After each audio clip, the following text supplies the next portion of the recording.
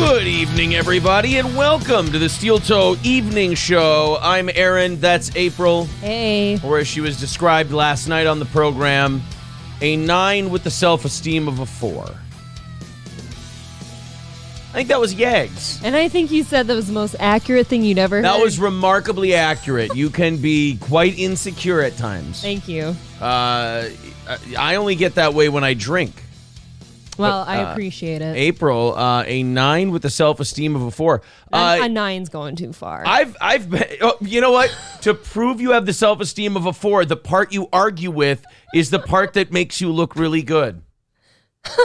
I would never.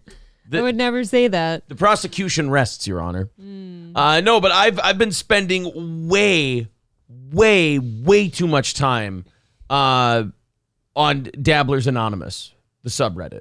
How come? I've been because I'm fucking obsessed. It's gone bad. It's a bit weird. They did the worst thing you can do for a talk show host, and they gave me lots of attention and respect, and they welcomed me in with open arms. Oh, that's it. Now I just feel loved, and it's not like when we were on, what was the subreddit we were on, and they mentioned us, and then everyone, you're a fucking nerd, I hate this guy. Fuck you and your Captain America shirt, you dick. The Fighter and the Kids subreddit. Yeah. Yeah. We went on there, and they all tore us a new asshole. You quit wearing that shirt, I think. I did. That had a profound effect on me. I didn't like it. I think they're winning now. So, look, look, I've said this before. The way you win with that subreddit is you just don't play. And that's what that shirt is. Don't wear that shirt. Just not play. I'm not going to play anymore. So, but we got on to the Dabblers, and when I first got on there, I was like, oh, God, here we go. And I'd get into the comments and be like, oh, man, it's great. Welcome to the party. Fucking Twitter follows go up, and they're like, Aaron, check this out. And they're tagging me with all the stuff and Carl and all that. And, oh, you got to see this. It's like a nice internet place to be. It's like you found it's like you were looking for a house. And after looking at ghetto places with bullet holes in stucco, you found a nice neighborhood. And you're like, oh, thank God. I think I'll put roots. I'll put roots down here. But there was a conspiracy in Dabblers Anonymous today to break us up so that they could make you really sad and then catch you on the rebound. One of the Dabblers is actively plotting to drive a wedge between us so that you'll leave me or I'll dump you.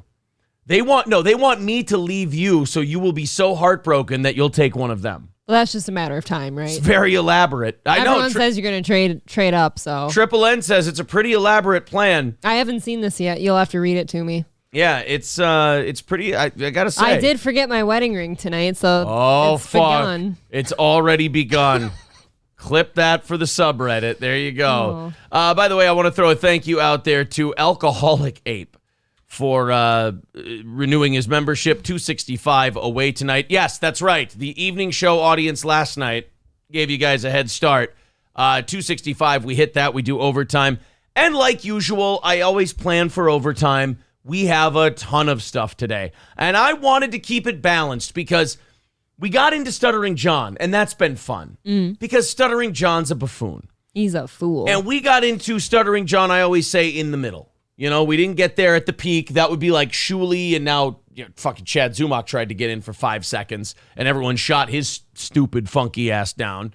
And so we kind of got in like 3-4 months ago in the middle. We weren't at the beginning. That would be Carl and Anthony and all those guys. But we were kind of in the middle of the Stuttering John thing, and now it's gone absolutely nuts. And I said, you know what? I know this economy's going to come crashing down, this Stuttering John economy. It can't last forever. He's not that interesting. But I'm going to still be there because I'm doing it out of love. Well, not only that, I've also found two side projects out of the Dabbler universe, the Dabblerverse, if you will. And I don't know if Dabblerverse has been taken. I don't know if somebody's come up with Dabblerverse already, but if possible, I would like to crown the term Dabblerverse. My God. Of the Dabblerverse, we now have Tony Michaels, who was a lot of fun to pick on last night. And April, I have a surprise for you this evening later in the show, because the second hour is going to be reacting to these marks from the Dabblerverse and some Brendan Schaub and all of that. I know, I heard it too. The first half, we're going to get to news and stuff. I want to have a balanced show. I don't want to. I don't want to just be busting on these guys all the time. You got to spread it out. You got to spread it out. So then, Okay, you know what? We have to address it now. April heard me fart, and now we're both laughing because neither of us is willing to acknowledge on the air, because I'm kind of on a roll here, that I just farted. I didn't and say anything. Now we have to address the fact that I just shit my pants, and it was audible to us, but not to anybody else. So there you go. Triple N picked up on our awkwardness and said, "Did Aaron just rip ass?" See, this is... I wasn't going to say anything at all, but... This is why we could never be like a Red Bar show or anything like that. We have to do our show. We can't just do this, reacting to shit all the time. We can't just be a reaction channel. What am I going to do when I shit my pants? I don't know. Right? You can't Wear just diapers. You can't just keep plugging for... Well, then it will be Red Bar. And you know what? He keeps her so far off screen she'd never hear it anyways. Exactly. It's fine. Boy. Thank you, Rakauna, or however the hell I pronounce that, for becoming a member. We really appreciate that Thank level you. of support. That's very nice of you. Puts us at $260 for the evening. So now we've got this this Daniels fella. Yes. I'm sorry, Daniels. Tony Michaels. We got this Tony Michaels fella. And then we've got Chad Zummack, who Frank Pellegrino, Chrissy Mayer's boyfriend, swears to God, came into our chat today and said, "Fuck all these other guys. You started the Chad Zummack ball. You got the Chad Zummack bowl rolling a week ago last week on Tuesday morning's show. That's all you. Thank you." So I'll adopt that. I'll accept it. I don't agree, but I'll accept it. I'm humbled. So we've got Tony Michaels today. We've got Chad Zummack in overtime if there's time. We're going to let everyone get to know Chad, because I feel like last time we just busted on Chad because he was on John's show. Right. And then I looked into him and I started watching him and I'm like, this guy's full of shit. This guy's jumping on the bandwagon. This guy's a phony fuck. I don't buy it for a second. This guy's got an angle. This guy's a grift. He's douchey. Yeah, I don't trust Chad Zummack. He's a douchebag. And I was right. And we'll give you guys the details on that. But we also have a little bit of, what else do we have coming up? Oh, yeah, we got Brendan interrupting TJ Miller, just not letting TJ Miller talk for a solid 2 minutes on his show. It's his show, right? Yes, we've got that Twitch streamer Ms. Kiff, who's, of course, accused with some other people of covering up a sexual assault. Yep. He made his return to streaming, and the balls on this ugly, gross... what do you call it? Not misogynistic. What's the thing where you look like a girl but you're a guy? God damn. What the fuck? I have no idea. Androgynous. This androgynous creepo, Miss Kiff, who looks like he never gets any sun. He came back and he pulled off one of the douchiest comebacks for a guy who's accused of whatever he's accused of. I mean, it was the nerve of this guy to make it about himself. Then tonight, in the second half of the show, I owe an apology to Salvo Pancakes. Why would you ever do that? Tell you why I'm going to apologize to Salvo Pancakes. He had a rant today. This is going to sound bad. But he had a rant today on autistic people that made me go, you know what? This guy gets it. This guy understands. That doesn't sound like a good start. Because I always thought he was a budding serial killer. So just because he hit the nail on the head about autism means he gets a pass for everything else? Until he wrongs me. You really do Then just take people every minute of their existence. Absolutely. It's I'm very much a what have you done for me lately kind of a guy.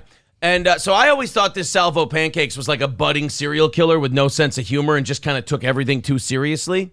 I think I might be wrong.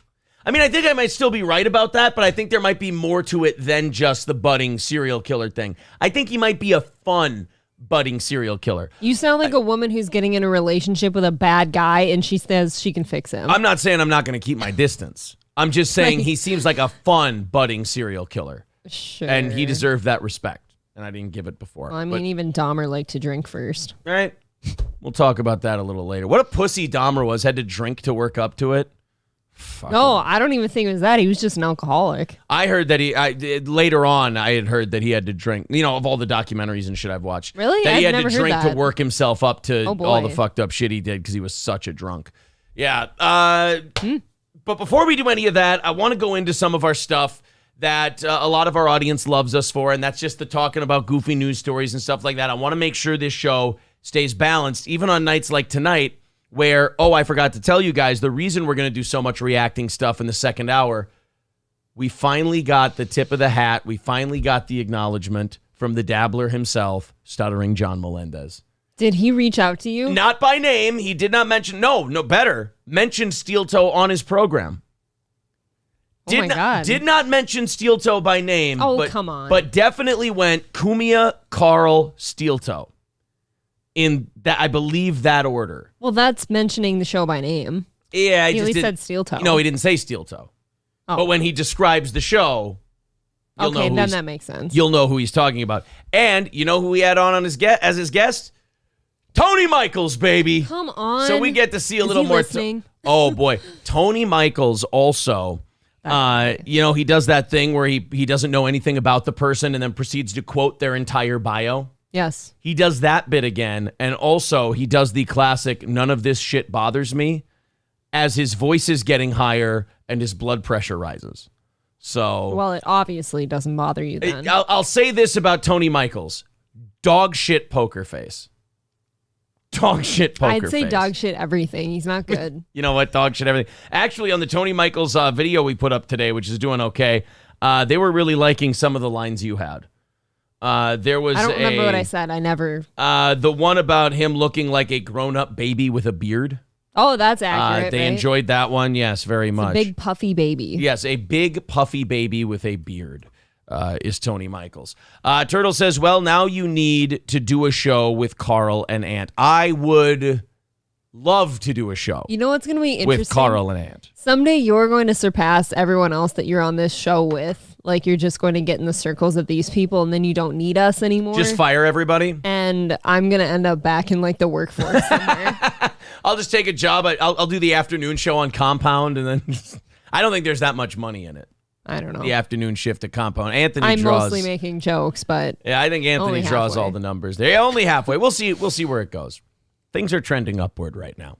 But I think you are kind of the sympathetic, beloved figure for all these people, and I'm the loud. Just because I'm like a token or something. I'm the loud. No. You're the lovable personality who's likable and humble, and I'm the loudmouth jackass. It doesn't work if I don't have you here, because then it's just two loudmouth jackasses.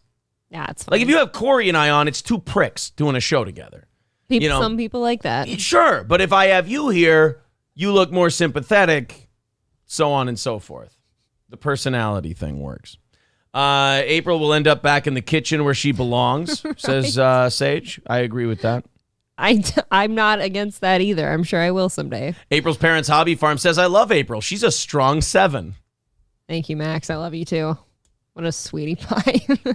Wasn't he the one last night? He's like, now a 9 is pushing it. Yeah. He went, 9, guys, take it easy on I would agree with that. He said, guys, take it easy on the simping with the 9 talk. Let's just calm down. I think if my hairline was down my forehead a little farther. What did we say? Maybe. What did we say? Self-esteem of a 4. There it is. They wrecked me forever with that one. Rearing its ugly forehead. There you go. Fuck you, dude points out, sympathetic. Did you not hear her on the Downs guy from Wendy's? That's true. You were a piece of shit. During that segment. Just speaking honestly. All right, so we got some Stuttering John, we got some Tony Michaels, we got some Chad Zummack, we got some Brendan Schaub, we got all kinds of shit tonight in the second hour while we react to people. But we want to do some of the fun stuff, what's going on right now, the stuff that some of our audience wants to hear about. First story, top story tonight, Angela Lansbury, dead at the age of 96. Murder, She Wrote, Beauty and the Beast. Then I think also famous for being old. She was one of those people who was famous for being old. She's also, this is the second death in a couple of weeks where the person has died. And I went, oh shit, I didn't know they were still alive. That was the biggest newsflash part of this for me was I thought she had passed like at least a few years ago. Yeah. 96 is a pretty good life though, huh? Who was the one last week? Loretta Lynn. Loretta Lynn died. And I went, oh shit, I didn't know Loretta Lynn was alive still. And you know that everyone else feels that way too, so nobody's giving her respect in her old age. I was like, I thought Loretta Lynn died like in the 90s when I was a teenager.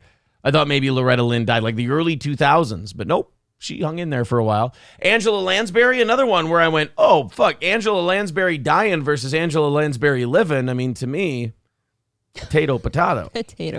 I mean, I thought she was just dead. But Yeah, like when an old lady like Betty White passes away, that's a big deal, I think. I was so over Betty White by the time she died. I really was. She was like America's sweetheart. Oh, why? Because she refused to croak?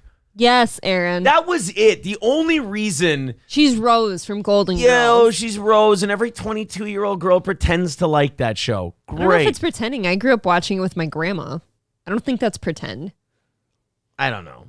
I think a lot of the. You're such a bitch about something. I think a lot of the Betty White thing was the bitch refused to die, and people thought that was cool. She was a sweet old lady who was funny as hell all the time. One of my favorite episodes of SNL was actually a night she hosted. She was really great. But was she great because she was really good, or was it because she's funny? She wasn't an old lady who was slurring her words and pissing on herself and dying. I feel like Betty White got a lot of benefit of the doubt because she refused to fucking die. I'm gonna go out on a limb and say you're being a little contrarian right now. I don't think I'm being contrarian. I think I'm being a prick. I think there's a big difference. Okay. Subtle difference. Nate says, Aaron, you're looking very fit. You're full of shit, Nate. I am a puffy bastard who just had a stuffed pork chop. But thank you very much for the compliment. Like a child? You ate a child or? What? A pork chop? Like a fat kid? It wasn't that big either. Oh. It wasn't really that much food. Comedy is going to be at a premium tonight, I can tell. God, you're such a downer. You're a downer at every turn. They're saying Betty White was a smoke show back in the day. Yes. Right. In the day. She didn't die for a long time, so she got even more famous. And she would go, And she was still fun. She was like functioning up until the end. That's my point. She got credit for functioning. No, I mean like she would go out and do shit and she's still funny. You know who can still function? Bud Grant. Nobody gives a fuck about poor Bud Grant. Not a goddamn person. The son of a bitch went to 4 Super Bowls. And nobody gives a shit about poor Bud Grant. Bud Grant's still hanging in there. Mm-hmm. Betty White gets old and everyone goes, oh, she's so fucking cool. Oh, I hope she makes it to 100. I was rooting for her to not make it. I think you're just upset that you weren't on that side of things. Of like, course. You didn't I'm admire mad her that at everyone all. else was having fun and I wasn't. Yes. Unlike most contrarians on the internet, I acknowledge my shit. I've always said this. You are indeed upset that you're not having fun. Right, exactly. Triple N says Shatner gets ignored now. Oh, God. Fucking Shatner just went to space. He's fine. Yeah, when he went to space, what happened? We just talked about Shatner. He got attention. Bezos ignored the shit out of him and sprayed champagne all over everybody because the old man was just blah, blah, space, heaven. Imagine being in a position where you get to be ignored by Jeff Bezos. You'd be honored too. I have been in that position. I'm banned from Twitch. I am ignored by Jeff Bezos. Good one. You're wrong about her, Aaron. She was legit funny. Yeah. Yes, she absolutely was. All right, then I'm wrong. Thank you. I reserve the right to be wrong. I'm not changing my opinion. You know what? You heard it here first. Fuck Betty White. Fuck Betty White in her dead white anus. I don't know. I kind of Bill Burred that at the end. Fuck Betty White, all she did was she didn't die, Actually, I don't know. She's probably fine. Jesse Kling. You are a prick. Jesse Kling writes, Aaron's right. Dude, I don't even know if I'm right. I don't even know. I think most of the things we say here, we don't, have any stake in. Carlos says, don't jinx Jimmy Carter for me. Thanks. Jimmy Carter's another one where I can't remember if he's alive or dead. I would have totally assumed he was dead. George H.W. Bush, I think he's dead. Definitely dead, okay. Right? Clinton's still kicking. He looks like syphilis, but he's still alive. Man, that guy's got to be hideous I know. by now. He looks like a rotten asshole. Especially spending all that time with Hillary. Oh, yeah. Can you imagine how much that ages you? Absolutely. All right, I got to take this call here on the show, but I don't think we're hooked in. I tell you what, caller, why don't you call back? Oh, there you go. Why don't you call back in a little bit? We'll get this hooked into the Bluetooth. Somebody's not prepared for tonight's show. Sorry about that. Call back in. We'll discuss whatever it is you wanted to discuss. But anyway, we got to this point because Angela Lansbury croaked. She's dead. And 96 years old? 96. Had no idea she was still alive. Now it's too late to acknowledge she was. I had a moment, too, like somebody mentioned that Bob Barker was still alive recently. I'm like, what the fuck? That guy's been super fucking old for a long time. When Bob Barker dies, it's going to be another one where I went, oh shit, that's right. He was alive. Anyone else you want to mention? Because it does seem to be a trend that when we mention a name here, they die in the next month or so. Anyone else? Any of Martin Luther King's relatives still kicking? I think his son is still around. You want them dead? No, I'm not saying I want him dead. I'm saying like, you know what? I probably shouldn't have went that route right away. No, I don't think so. Fuckfaced Fuckface says, with today's modern science and my high level of income, it's not crazy to think I can live to be 250 to 300 years old.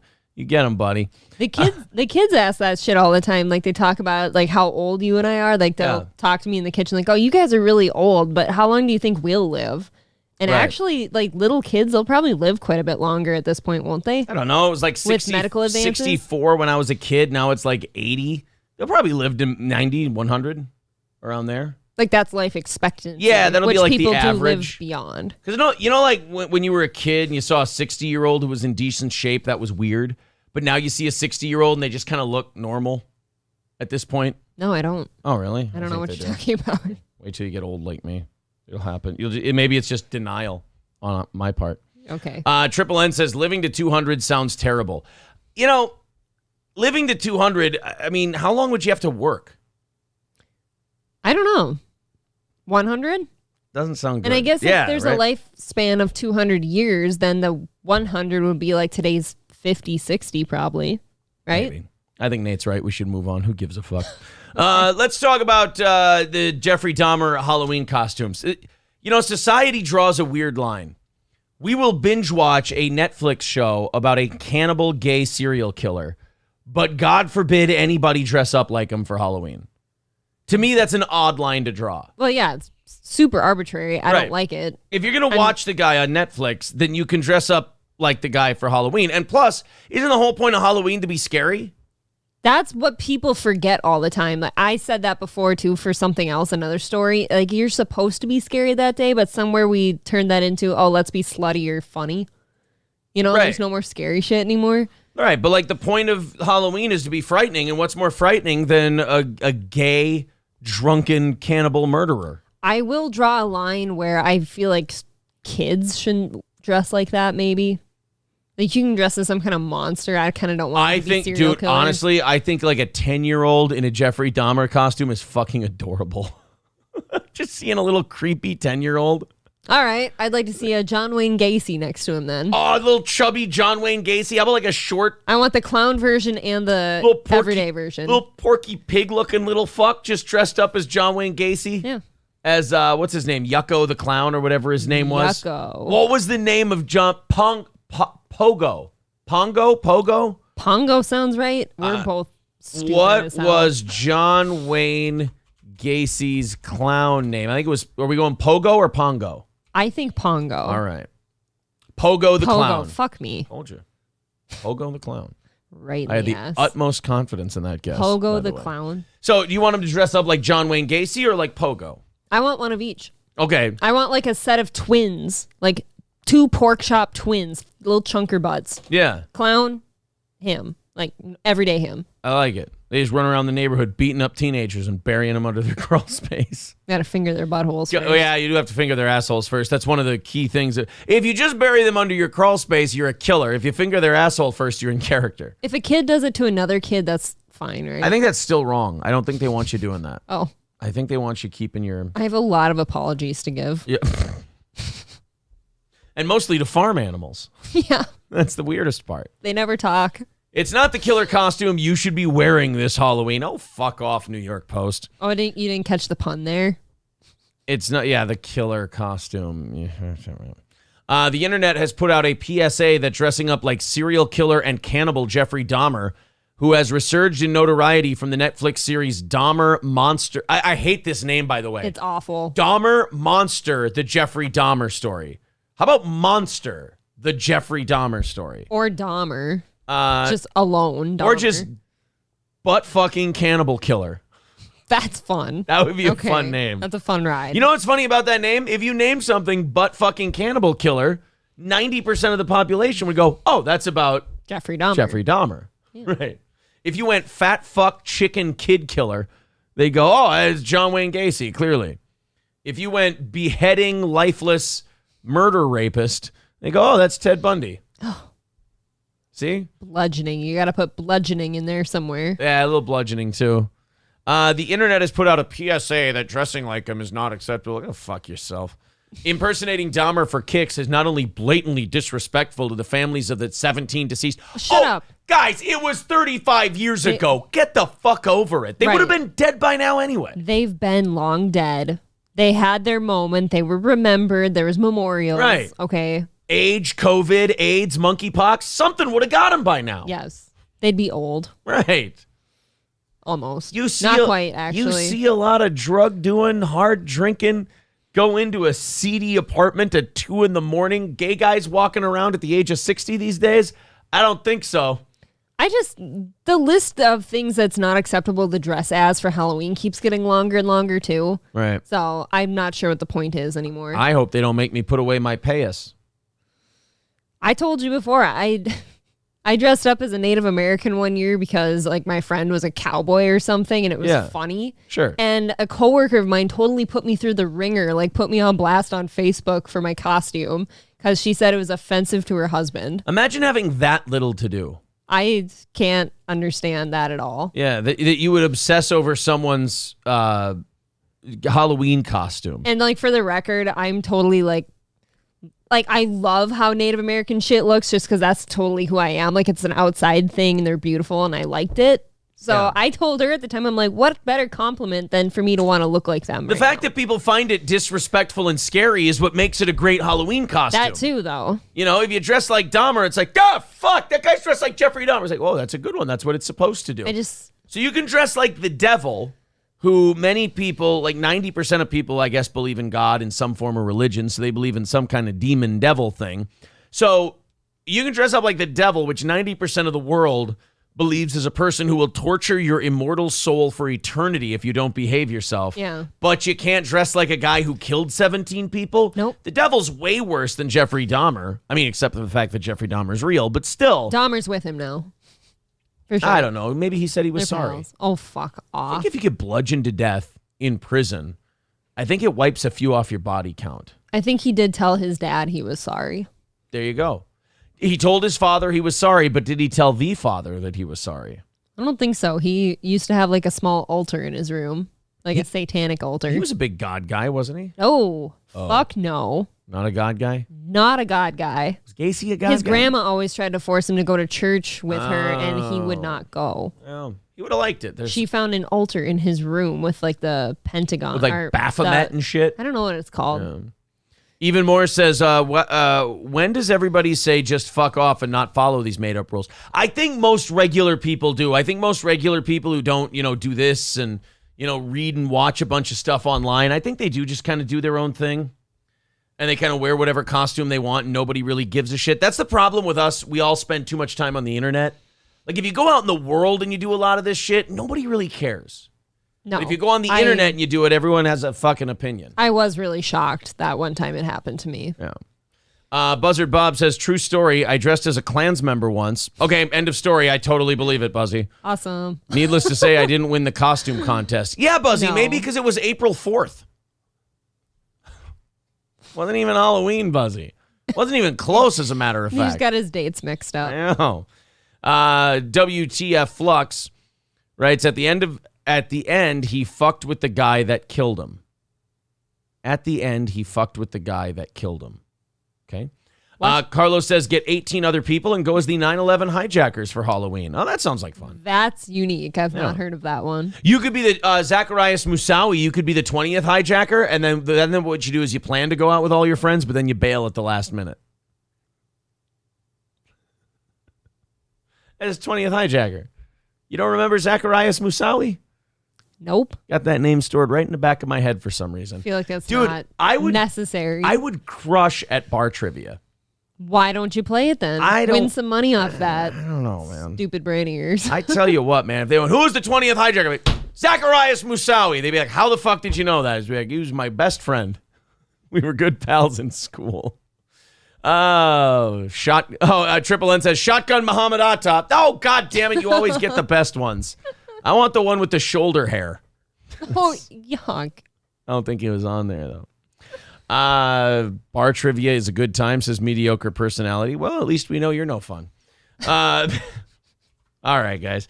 260 away from today's goal. If you feel like chipping in, there's the PayPal link in the chat. Super chats and memberships count as well. We had Mark become a VIP this morning.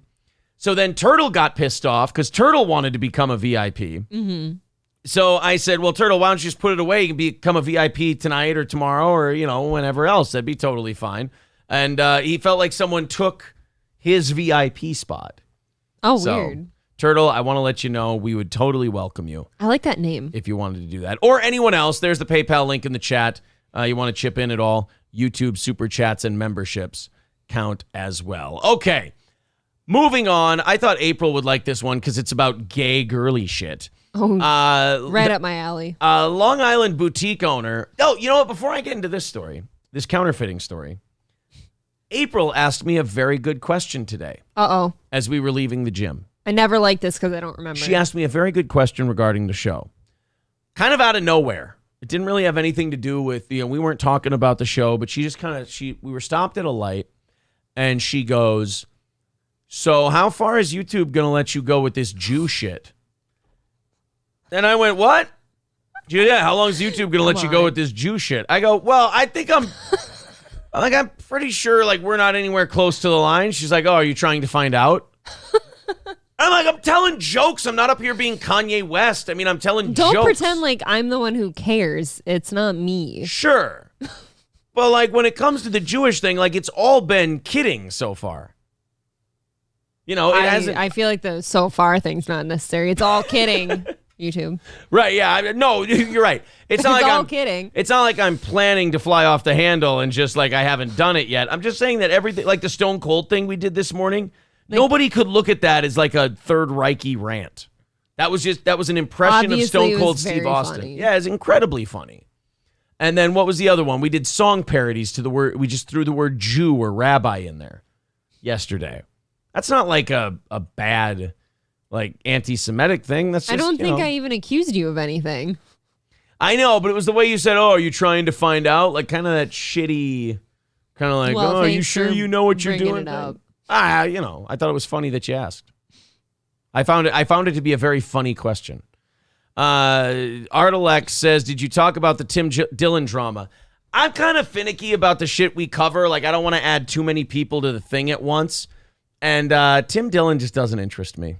Tim Dillon does a good job. He has a lot of fans and everything else. It's just never been my thing. And I guess his producer left. I don't really care, to be honest. Tim Dillon's not really my thing. Long Island boutique owner is busted in $40 million scheme where she ironed fake designer labels onto clothes and passed them off as Gucci, Chanel, Prada, and other high-end labels. This is actually really, really smart. Unless you get too greedy and you start selling it in too high-end circles. You got to sell this shit for cheap to poor immigrants. No, I mean, no offense to this lady and her originality, but Chinatown already has this covered. But that's where you do it, so you don't get caught. Yeah. She was going to the nice parts of town and selling it to people at nice handbag prices. It's no, you got to go to Canal Street and sell it for $50. Right. That's what buy you this cheap shit, put a little label on it. Chinatown really does have that figured out because you can buy a pretty legitimate looking thing there for cheap. Right. A Long Island boutique owner ran a $40 million counterfeiting scheme, which saw her iron Gucci, Chanel, and Prada and other designer labels onto cheaper items of clothing, then passing them off as the real deal. Lindsay Castelli Bullock, who owns Linny's Boutique in Plainview, was arrested Tuesday. We were arrested today. With the 31-year-old now facing second-degree counterfeiting charges, the mom of four's store was raided last Tuesday. Why are her eyes so close? Hello, Ethan. It's fucking Hila. Oh, my God, Hila Klein. At it again. I was kidding. having Palestinian children sew all of the labels onto the purses. I told them I would use my IDF skills to kill them if they didn't obey. Hila. You got to pull that off differently. You can't just go in selling fake nice shit to people who buy nice shit regularly. They have They either have an eye for it or their friends have an eye for it. I'll tell you another thing. You certainly can't be caught ironing that shit in your shop. Have somebody else do that somewhere else, and then it gets shipped to you already done, right? Yeah. I mean, that's pretty obvious. You're getting these fake-ass labels sent to your house, and then somebody just iron your shop, and then you just iron them on there. Now, do they figure she made $40 million, or like she had enough materials, like if she would have charged it as real, it would be $40 million? I don't know where the $40 million number comes from, but... I would guess the amount of whatever merchandise she had that she was planning to sell it for certain items, they're counting all of it. Everyone who runs these kind of scams, though, they all get caught the same way. They just get too greedy. They're greedy and they're lazy. Yeah. You get lazy eventually. Like I said, she did this all in her shop. You don't do it in your shop. Right. Lando says, no thanks to all things related to Tim Dillon. Yeah, that's kind of how I felt about the whole thing. Loaded Wrench says, that's why my Gucci sleeve fell off. Oh, no, you bought it from the wrong person. Oh. Imagine you spend hundreds to thousands on like a purse or something and it just all falls apart. Yeah. Oh, I'd be pissed. Yeah. I don't spend money like that. You just get like I said, you get a little too greedy on shit like that, and then you get caught. That's if you watch The Wolf of Wall Street, that was Jordan Belfort's thing. Mm-hmm. He made tens of millions of dollars for himself, and all he had to do was go, sorry guys, I'm going to pay some fines to the SEC, and I'm out of here. I retire. He cut a deal. Yep. And he went back on the fucking deal, and it's like, dummy, you were set for life. You were good. It's greed. But it's, you want a little too much. You overreach that one time. That woman was ballsy going to Long Island with that shit. Yeah. That seems a bit weird. Going to Long Island and shit.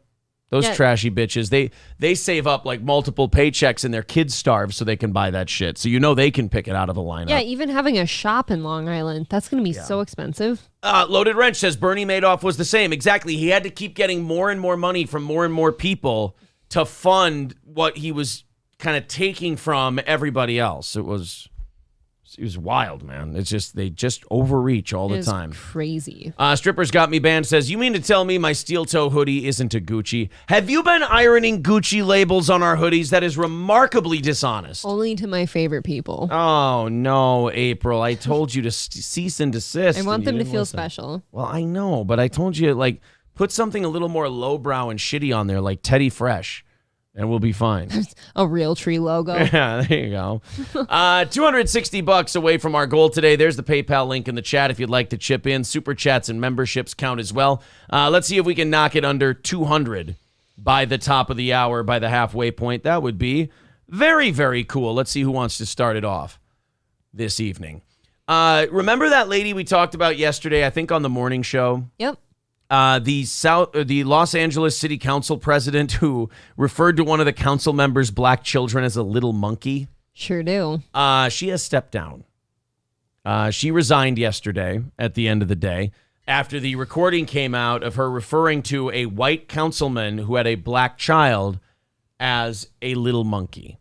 There's nothing that's going to save you from that. No. She was done the minute that recording came out. It was just, she was, dotting her T's and crossing her eye. Oh.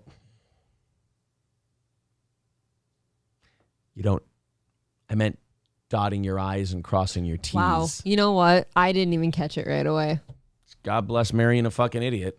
But, no, I meant me. I mean, I'm the fucking idiot because I said that. I meant her. So anyway, this Nuri Martinez calls the guy's kid a little monkey, has to resign, and guys, because it was a Democrat, I swear to God, the news is treating her with such fucking kid gloves. I imagine if this were a Republican, especially one who liked Trump and shit, they would be like, oh, the alt-right is at it again with their Nazi tricks and whatnot.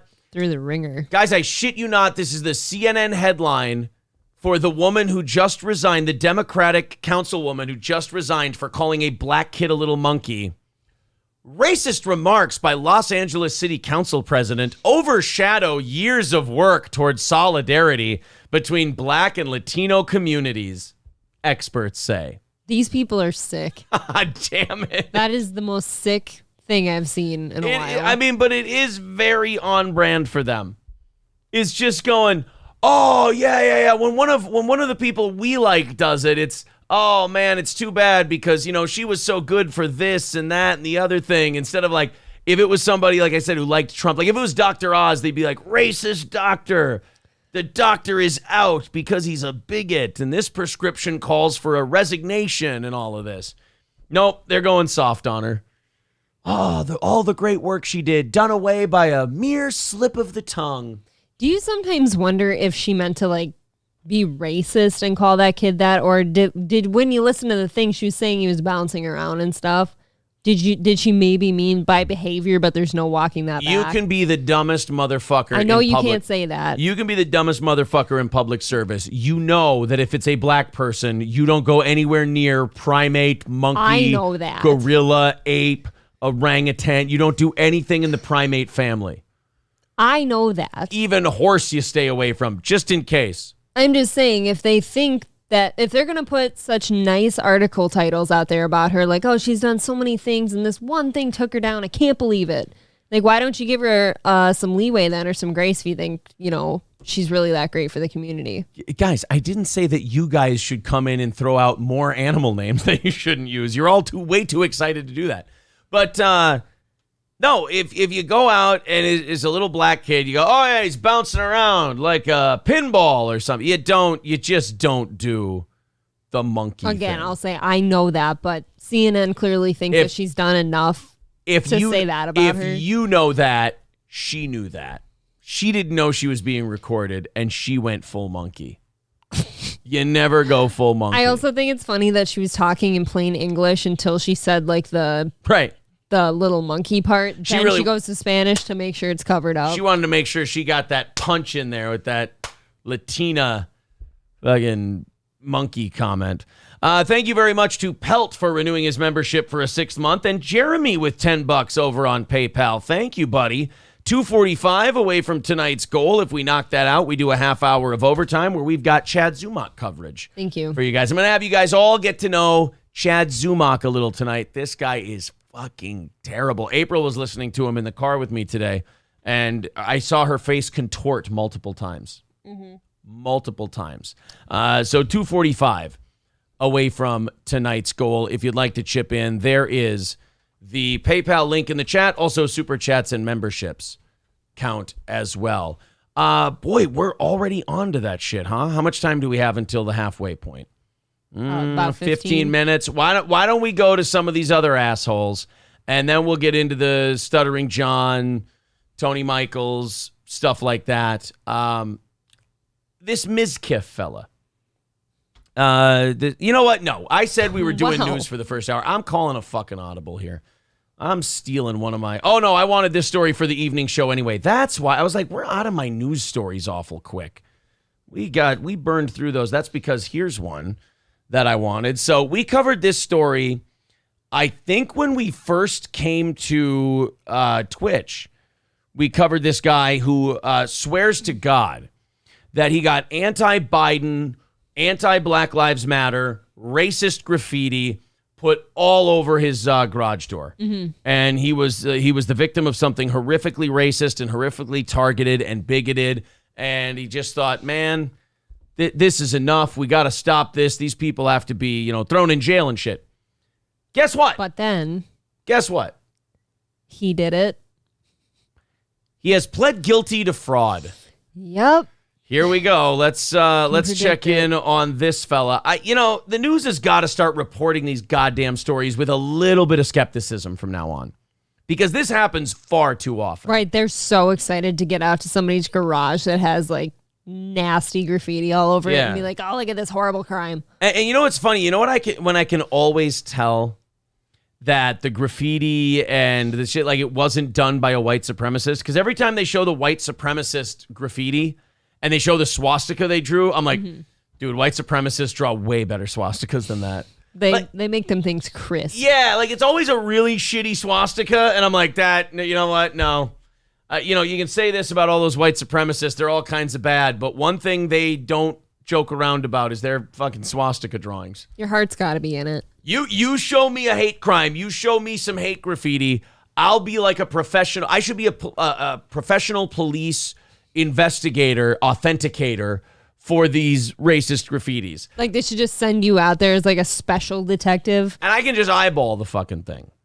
You know? And I'll just sit there and I'll go, no, guys, this was, he did it. And the guy just starts getting nervous, like, what do you mean I did it? This was a racist attack against me. I'm like, He's sweating. You telling me that a bunch of white racists did that?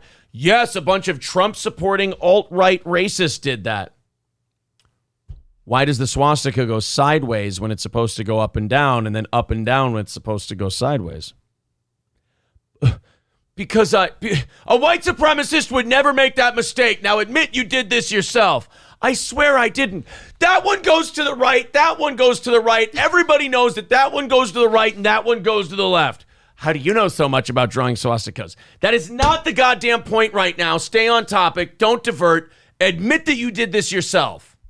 Dude, I could make a fucking crime drama out of this.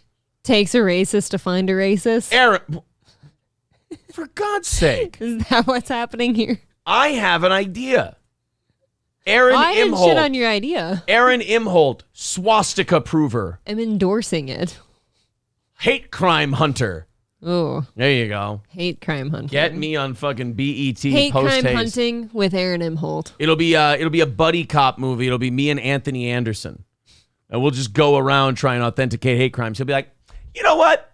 I think, or Craig Robinson. Anthony Anderson might be too big of a get. We'll get Craig Robinson.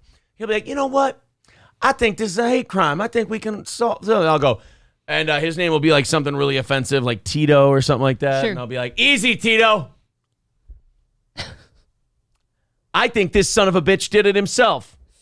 You'll see the guy, it's like some old Jewish man. He'll be like, what are you talking about? And I'll be like, that is the most crooked fucking swastika, and you spelt Sieg wrong, you son of a bitch. You know who doesn't spell Sieg wrong? White supremacists. They practice that word from the time they're babies. They sneeze it. They sneeze the word Sieg in the proper spelling. You did it yourself, didn't you? No, I didn't. And like some episodes, they have to restrain me because I'm face to face with an old man. You did it, didn't you? Say you did it. Say you did it. And you'd be like, all right, I did it. I just wasn't getting any more attention anymore, and I wanted somebody to love me. And they'll just always come back to me as we're walking back to the car, and they'll go, man, Aaron, how do you do it? Oh, my God. I know where hate lives, and hate lives within us all. That's how I know. It's gay, bro.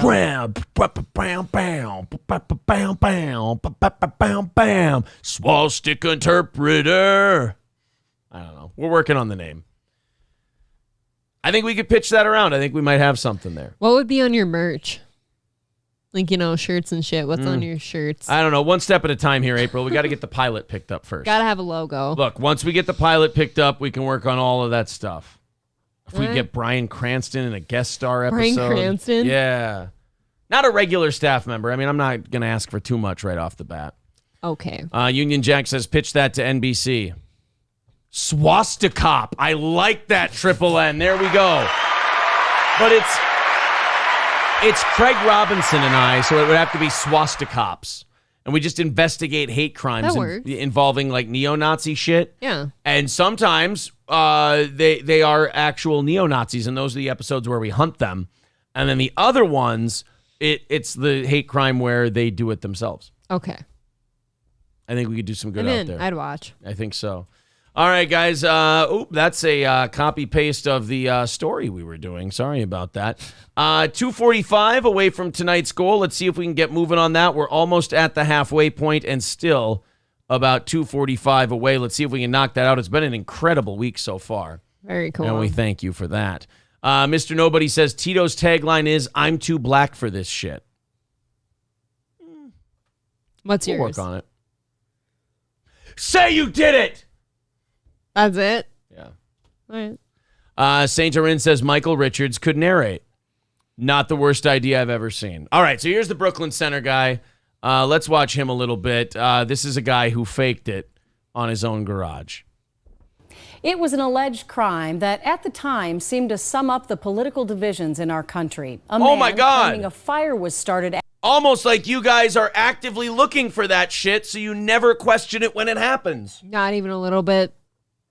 Almost It's like you unlikely. Almost like you want that to be the narrative.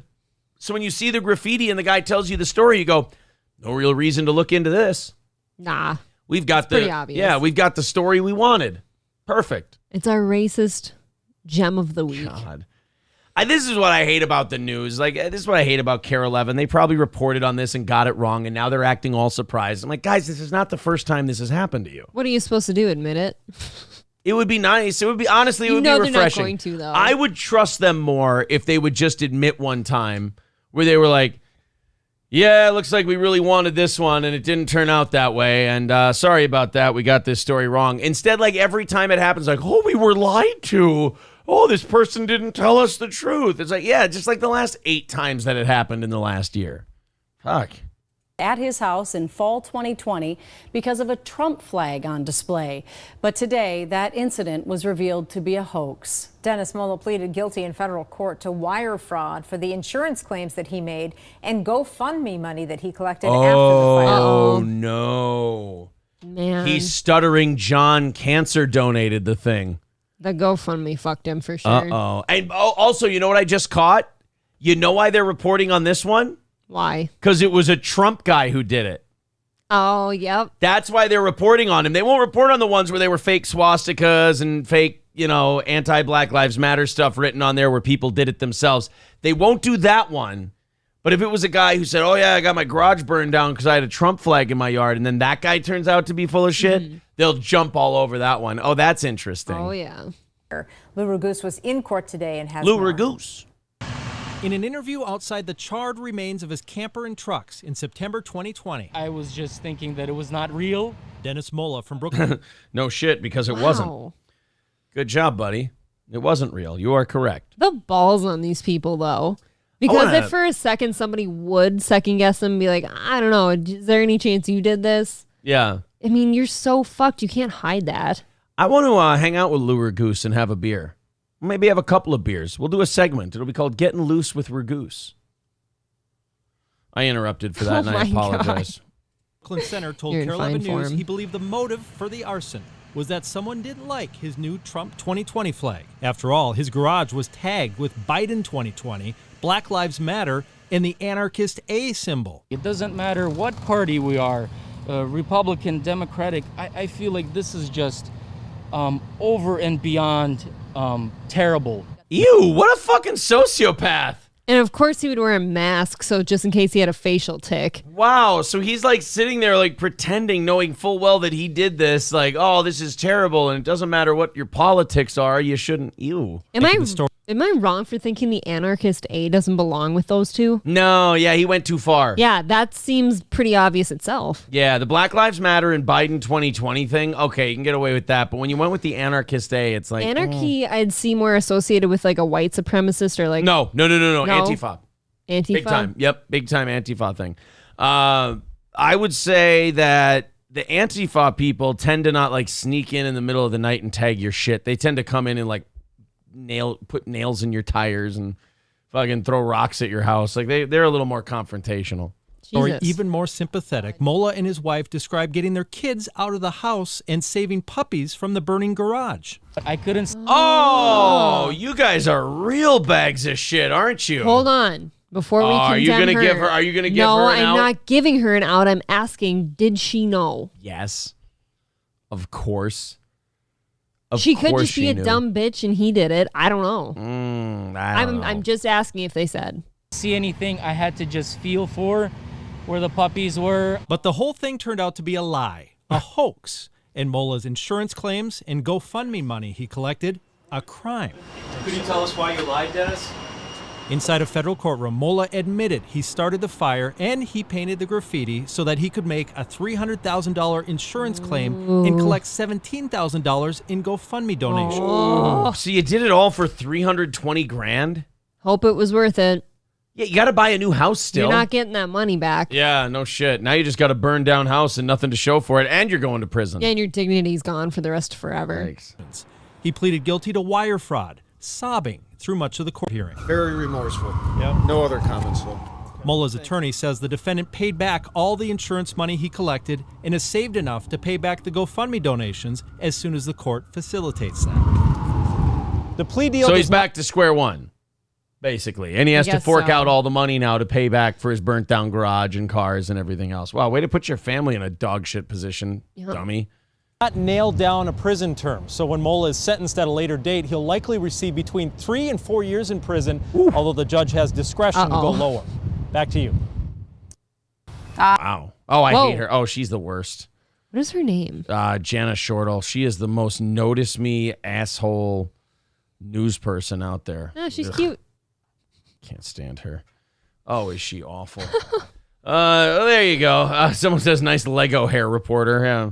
2:45 away from tonight's goal. Let's see if we can chip away at that a little bit, knock that out, and maybe get ourselves to overtime tonight. Yes. And go until 9:30. That would be awesome. Of course, whatever we don't hit, we'll roll into the rest of the week, which kind of sucks, but hopefully we don't have to worry about that this evening. If you feel like chipping in a couple of bucks, there's the PayPal link in the chat. Otherwise, you've got memberships, super chats, and what have you. There you go.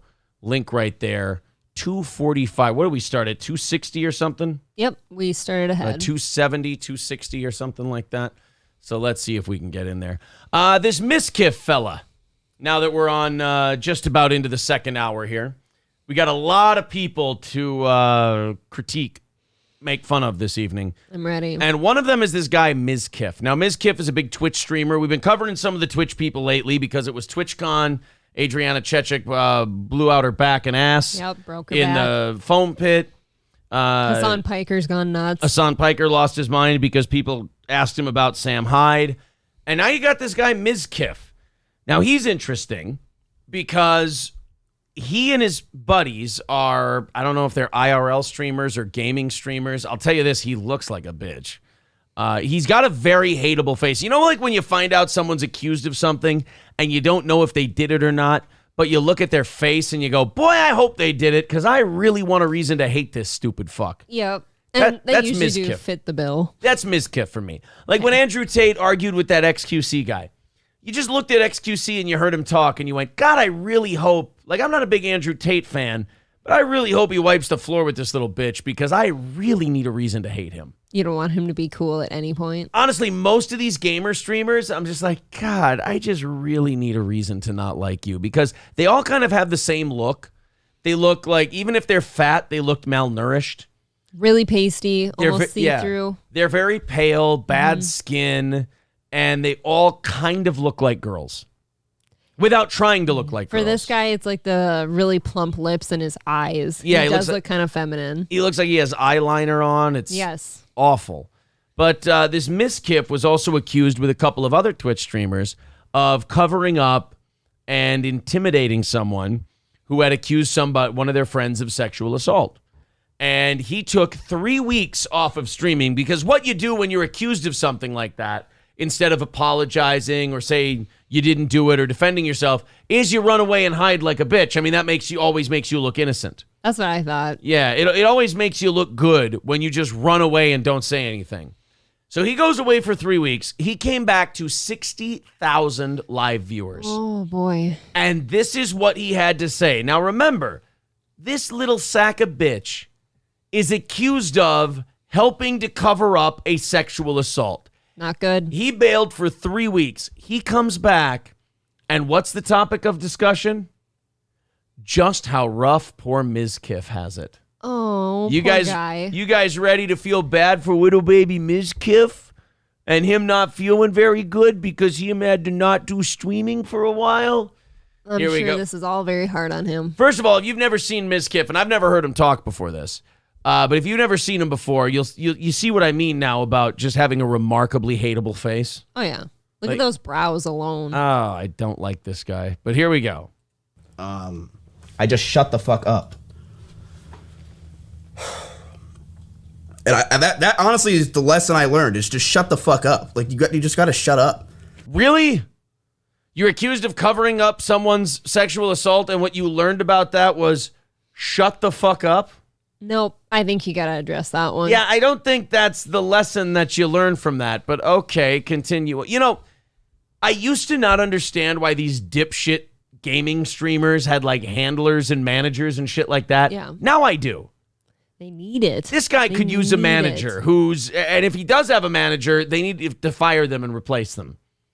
Because they need a manager to go tell them that, hey, go get in front of this and say, I knew this happened. I'm really sorry. Everyone involved should be prosecuted to the fullest extent of the law. I didn't say anything right away because I was scared and I didn't know what would happen, blah, blah, blah, blah, blah. I hope you can forgive me. You don't tuck your tail between your legs and run for 3 weeks because you just like, oh, maybe the whole sexual assault thing will go away, magically disappear, as those accusations do. Not typically. I know a lot of you are, dude. Chad, it's been. I'm very glad to be back. It was been the shittiest 3 weeks of my life easily. Oh, poor baby, you guys. It was a really hard 3 weeks for him.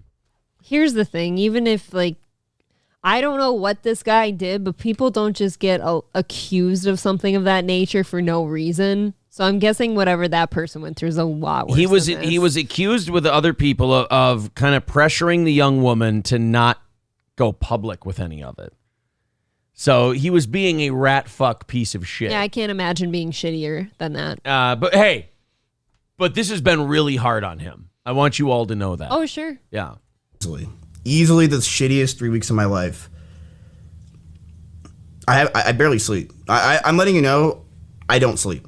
No, I don't sleep. I'm on 3 hours of sleep, maybe. I have night terrors all night. My guilty conscience? Yeah, you know what? If you have night terrors because the face of that victim is haunting you and they're saying, why didn't you do more to help me? I would understand why you're not sleeping. I mean, I don't feel sorry for you, but I would understand why you're not sleeping.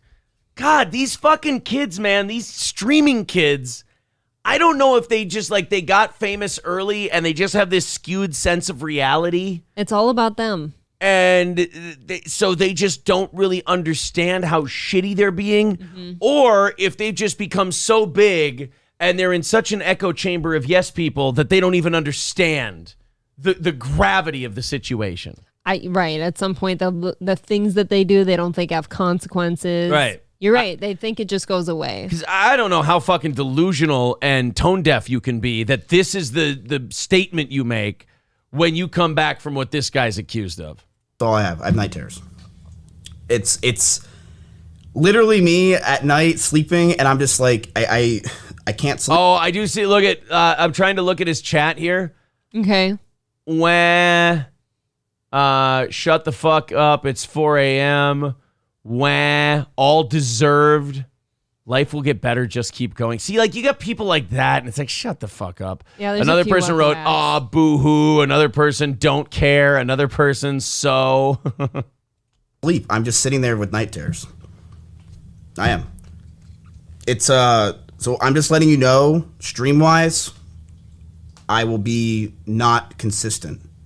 I have to get it fixed. I don't know what to do. I took melatonin. Bare your soul. That's what you need to do. Clear your conscience. Clear your conscience. Tell everybody everything you know. Admit to everything you did. And I bet you sleep for 12 hours straight, Ms. Kiff. I bet you sleep like a goddamn baby once you finally come out and just tell everybody what you know. Because I don't think he's not accused of doing it. No, just covering it up, which is also very bad. It's bad, but you can come out and you can come back from that. What you did is not technically, I don't think, something you can go to jail for. It's just you were a piece of shit. You acted like an asshole. Yeah. So now stop acting like an asshole. Come forward, tell everybody what you did, and you'll be able to sleep again. I promise. You will be able to sleep again. I don't know if you're a huge streamer like this, if you get that same respect you used to have. I think. Dude, I don't know. Twitch is such a garbage, twisted dumpster fire that I bet you most of them stay. I mean, that's just such a dog shit place. Twitch is quickly becoming defined by guys like him, guys like XQC. Guys like that are becoming Hassan Piker. They're becoming the definition of Twitch. And it's making the whole platform look rather minor league, if you ask me. So you think there's going to be, if he were to just admit to it, you think his listeners are going to be like, oh, dude, I can understand maybe why you'd want to cover that up. It's the hardcores. Okay. Really? Yeah. The hardcores will, they're fucking stupid. Of course they will. Melatonin makes everything worse. People take melatonin You take melatonin, and you feel groggy as hell. I feel like shit after I take melatonin. No, see, normal people who don't have a dark spot in their conscience, they can sleep after they take it. People who can't sleep because their conscience is screaming at them, keeping them awake, the melatonin would make them very groggy. It ain't the melatonin, Ms. Kiff.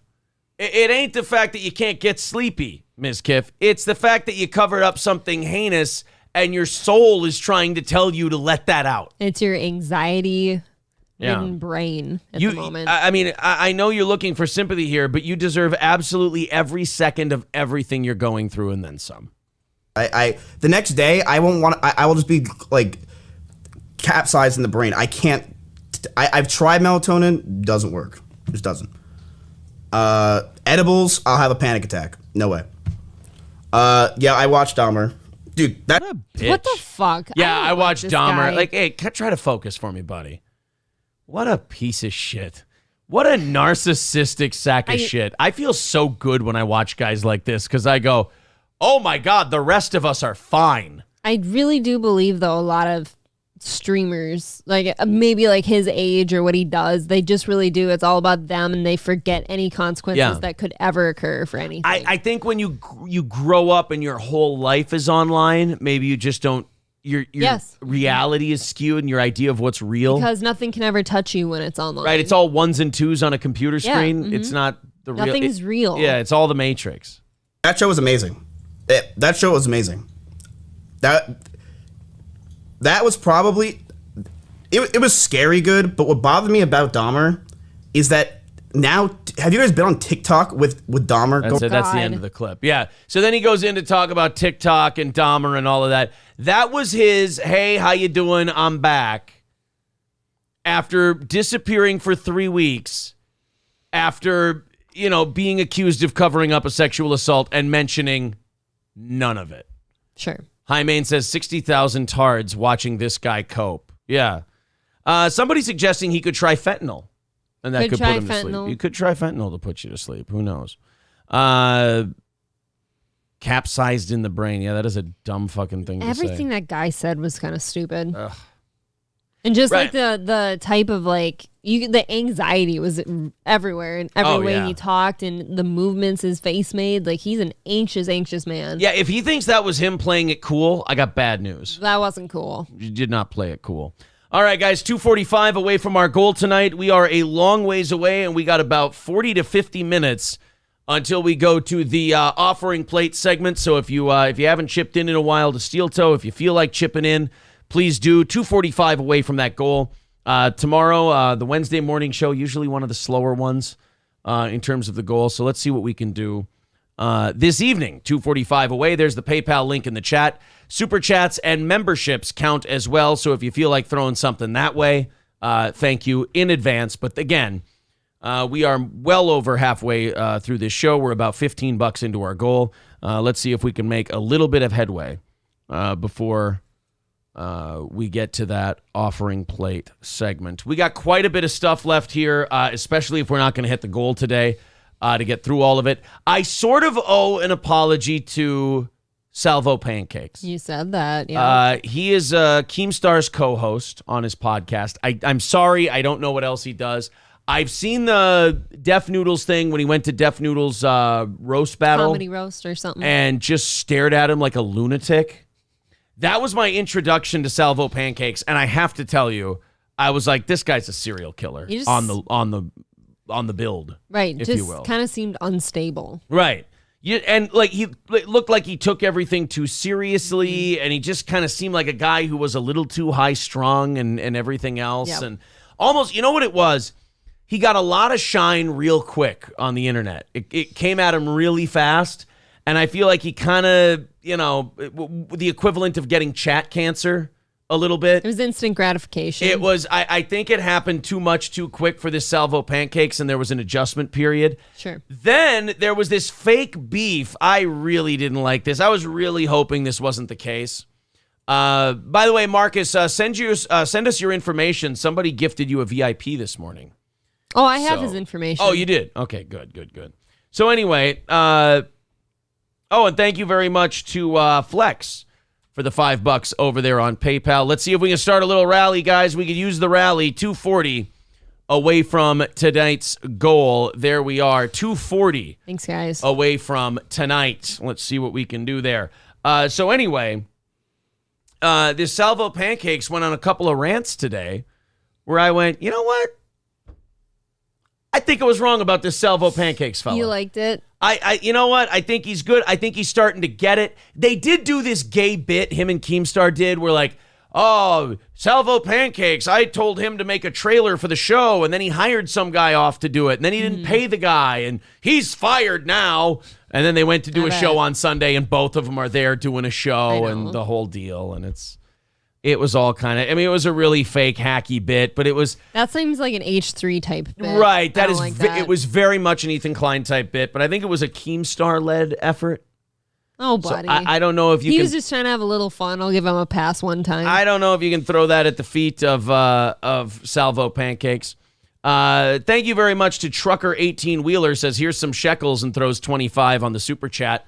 225 away from our goal. Why do I podcast becoming a member? Thank you, buddy. We got some Dabbler stuff coming up tonight. We're not going to run out of time. We'll get there. Thank you. That puts us at 220 for the evening. Thank you for supporting this listener-supported program. All right, we're all caught up on the thank yous. So here's a couple of Salvo pancake clips that I found. I get a really bad guilty conscience when I like shit on somebody and then I find something and go, you know what? Maybe I judged too quickly. Mm-hmm. Well, you want to be honest. You know, maybe I was wrong about and I got to make it good publicly. Sure. So here's a couple Salvo pancake clips. You guys can decide, what this is, if this guy's good, bad, if you should be worried about him or anything else. But I'm not getting the serial killer vibe anymore from Salvo Pancakes. So you think that might have been a gimmick? Or it might have been, it was a couple months ago. He was new to like internet fame and he was pushing too hard. Okay. Perhaps. And maybe now he's settled in a little bit. I don't know. He's refined. But here he is. I don't know. I'm sorry. I don't know what podcast he does or anything like that. But he's doing his show and he's talking about autistic people on the internet. And I actually enjoyed this because I think he made some great points. Okay. That's what I want to be doing to these autistic people. They're crazy to me. Get out of my internet experience, please. I do not want you around me. I will say this. Somebody watches a bit too much of a particular show. Salvo. You think? Maybe. Somebody watches a little bit. I won't say which. I'm not going to make any accusations. I'm just saying somebody watches a little bit too much. He's very over the top right now. Yeah. And I mean that from the bottom of my heart. You are skewing the experience for everybody. Get the fuck away from me, autistic people. In real life, you're not around me. In real life, you're in your own fucking corner. You're on your own fucking bus, Bo Blacks and Smaggle Daggle. So I guess he's got a couple of YouTubers that are going after him, digging up dirt. They want to make exposés on, Bo Blacks, who I actually enjoy, wants to make a little expose on Salvo Pancakes. So this led to a rant on autistic people. Yeah. That he went off on, and that's the rant you're seeing here. I will say this. He is trying a little too hard. He's pressing a little too hard to be a thing. I think he's pressing the gimmick a little bit too much. I think once he settles in and settles down and kind of becomes comfortable with being himself in front of a microphone, I think he'll do okay. But right now, we're trying to be a gimmick. Right now, a little bit. If he were like this for his entire podcast, he's unlistenable for me. I don't want to just listen to someone scream at me the whole time. But the point he's making about autistic people in the internet is solid. And that is that he's right. In the real world, these people don't really come outside and bother you and affect things and bitch about everything and whine about everything. But on the internet, it's like they're like moths to a bug zapper. They see something they don't like. I don't like this. I don't like this guy. What can we do to him? It's like nothing. You can shut the fuck up and leave him alone. You're only making yourself miserable. Why would you do this? So the reason that, look, I know he's over the top and he's trying a little too hard. But the reason I wanted to apologize to Salvo Pancakes is he's got a good point here. And he's not coming off like serial killer guy. See, like he was I won't before. agree with you on that. I think he's still pretty. You think he's still coming off? He's out of control. This guy's out of control. Should Keem not give him a key to the house? I don't know about all that. I mean, if you were advising Keemstar, would you give Salvo Pancakes a key? No. Okay. It's not your house. Do you understand how that works? There's a reason why you two tards are on your own fucking bus. Because everybody agrees you should not be with us normal people. So my internet experience is getting ruined because of the autistic people online. Get the fuck away from me. I want nothing to do with you retards. All right. So there's He really went for it, didn't he? there's Salvo David. I mean Salvo Pancakes. I'm sorry. I apologize. I screw up people's names from time to time, and happens. that's on me. That was a total slip of the tongue. That guy was way over the top. Marcus says, wow, I'm speechless. You didn't have to do that, sir. Thank you. Oh, that was Trucker. Bumbaclo says he's Red Bar Jr. Okay, so Yeah. I'm not the only one who's picking up Yep. serious Red Bar vibes. That was my thing. Like when we first came on the YouTube scene, if you will, and some people would come in and go, what are you, trying to be Red Bar? And I'm like, our shows are nothing alike. I've never understood that comment I've because never, this has like- nothing to do with that. Like we'll do some shitting on people and stuff like that, and they'll be like, what is that, Red Bar? It's like, no, that's Jocktober. Like that's that Jocktober influence. And when we were on the radio, we did the Tradio shit, and we'd rip on other shows, and we'd do that whole thing. That's just something fun that we've liked to do for over a decade now. But like there's a certain vibe, I think, that is Red Barian for sure, and some people have it.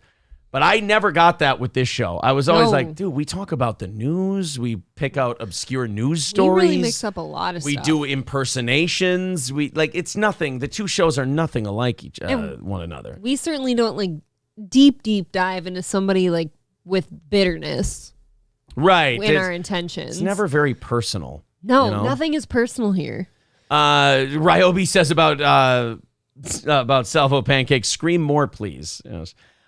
Triple N says he's lulling you into a false sense of security, says Triple N with $10. Oh, is that what it is? Maybe. Is Salvo just lulling me to sleep and then he's going to cave my fucking head in with a candelabra? That's my second candelabra murder reference this evening. I don't understand it. I thought about a candelabra today at a store. I don't like that word's being tossed around now. I don't know. I think we got to stop with Something's the word. wrong with you know that. what? Every time we say candelabra, you guys electrocute us. We'll try to work that out for the future. $200 away from our goal. Thank you very much to Jeff for $10 over there on PayPal. That's very sweet of all you guys. $200 away from our goal this evening. I want to know everybody else's thoughts on this. Yeah. Before we get to our second Salvo clip, which made me again go, I think I was wrong about this guy. But now everybody's telling me that I'm not wrong about this guy. I will sit here and tell you. So you prefaced that video there with you saying, no, I think he's, got something going on here. I was wrong. I don't understand that take at all. Reminds me of older John Holmes, the parking lot meth dick sucker. I do not know that guy. Holy shit. Bumbaclo is calling him Salvo David. Lando Walker says screaming comedy is an instant fail. Wide At says, so this dude is not on the spectrum. When I watched his rant, I was like, now wait a minute, Salvo. I mean, not even a little autism in this? A little bit? A touch. Wubba Lubba says, try hard Red Bar clone, but I don't hate him. I know, I'm having this weird thing where I'm like, I can see what he's doing, but I don't see it as a problem. I wouldn't say I hate it. I just don't think he's listenable. James says he's boring if he's tame. That's his thing. Okay, so he's yelly, ranty guy. So he's probably better as like a co-host then. Mm-hmm. Like if he's got somebody to kind of hold the reins. He's that wild guy back there. Yeah, that would be better. Yes, he's the bucking bronco and Keemstar has the reins. Yes, exactly. Bumbaclo says Salvo is in the BBG. Okay. Well, you'll know if Red Bar feels threatened by him when he makes a post saying, you're all banned from watching this show, like he did with Steel Toe. Unannounced. I talked to April about that today. I go, the more I think about it, the more that does piss me off a little bit. I know I wasn't pissed off originally. It's pretty but now I'm fucking annoyed. It's like, what a little bitch move that is. It is. That is a complete bitch. I mean, it helped us. We got a bunch of BBG people listening to this show. For all the shows and podcasts that we might talk about here, even if we don't like somebody, we've never sat and I don't think we've sat and said, don't ever go subscribe to this guy. Don't listen to them. That is if anything, keep supporting them so they stay around. That is a complete bitch ass move, no matter who you are, to pull like that. Bo Black's accused him of not paying a 15-year-old editor, and I hate that I know that, says James. Don't worry about what you know. It's fine. Why Do I Podcast says, you are not Red Bar. I can't listen to Red Bar. Well, there you go. Perfect. Wonderful. Red Bar was amazingly hilarious before the hiatus. I think that's what us and a lot of people have kind of felt. Yeah, we've agreed that the last couple, year or two probably before he left, for a year was his best. I feel like 6 months into pandemic Red Bar, that whole era, 2017 to that was really, really good. Even More says, I'm really not a fan of Salvo. I liked him at first, but the more I see of him, the more he seems like a real piece of shit. Well, see, I don't see him that way. I just kind of see him as maybe trying a little too hard. Mm-hmm. And I get it. Johnny Chimpo says, watched 5 minutes of Stuttering John today. Holy shit, that was unbearable. We'll get there. How does one sit through an entire podcast of his? Stuttering John, I don't know. Can you imagine that? I have no idea how someone gets through an entire Stuttering John podcast. I've never done it.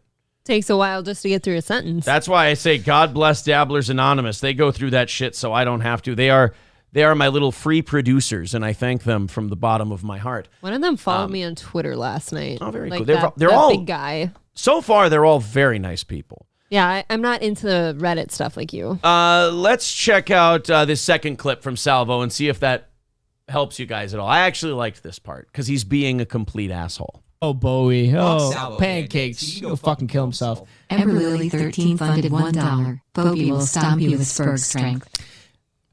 Amber, thanks for the $1. See, this is how much I am a man of normal rationale. How about this? Oh, yeah. Amber Lily, thanks for the $1. Amber Lily, thank you for your continued support of being in my chat and watching the show. Because you've showed support non-monetarily, just by being in my chat. Holy shit, there is a lot of Red Bar shit going on here. Got a lot of weird fucking tweaks about him. Yeah. Too. Have you noticed that? I might have to take back my take back because there is a lot of there's a lot of ticks and twitches. He's reminding me there. of Ethan Klein quite a lot, actually. You're getting like a thin Ethan Klein vibe. Ethan Klein vibe. All right. I don't like it. Even if you're trolling me and being really rude to me, I won't make fun of your weight until November. How about that? Because I'm a man of rationale and because I'm a man that my principles are out there, if you're watching me and you're interacting with me in good faith, like Amber Lily has been, she's been saying nasty things, but she's interacting in a fun way, right? In a fun way. I won't make fun of your weight until November. How about that? Amber Lily, thank you for being here. And thanks for the $1, girly. I disagree, by the way. You know what, guys? You know what I want to do right now? I'm sorry. That guy's sick. There's something wrong with that guy. You know what? I don't know why I came to you guys thinking that I was like, hey, guys, you know what? I might have fucked up on this guy. I might have just, judged a little too harshly or whatever. No, you know what? I think a little bit of that gimmick goes a long way. Yeah, I wanted to give you the benefit of the doubt for a little bit because usually you're pretty good at this stuff. I didn't agree with that take at all. Raider Hawk Media says, any Opie clips tonight? No, we will have Opie clips at some point here, but we do not. I think tomorrow night I've got a lot of Opie stuff scheduled. We got to service the dabblers from time to time. We got about a half hour left here, so we might do a little dabbler stuff in a little bit.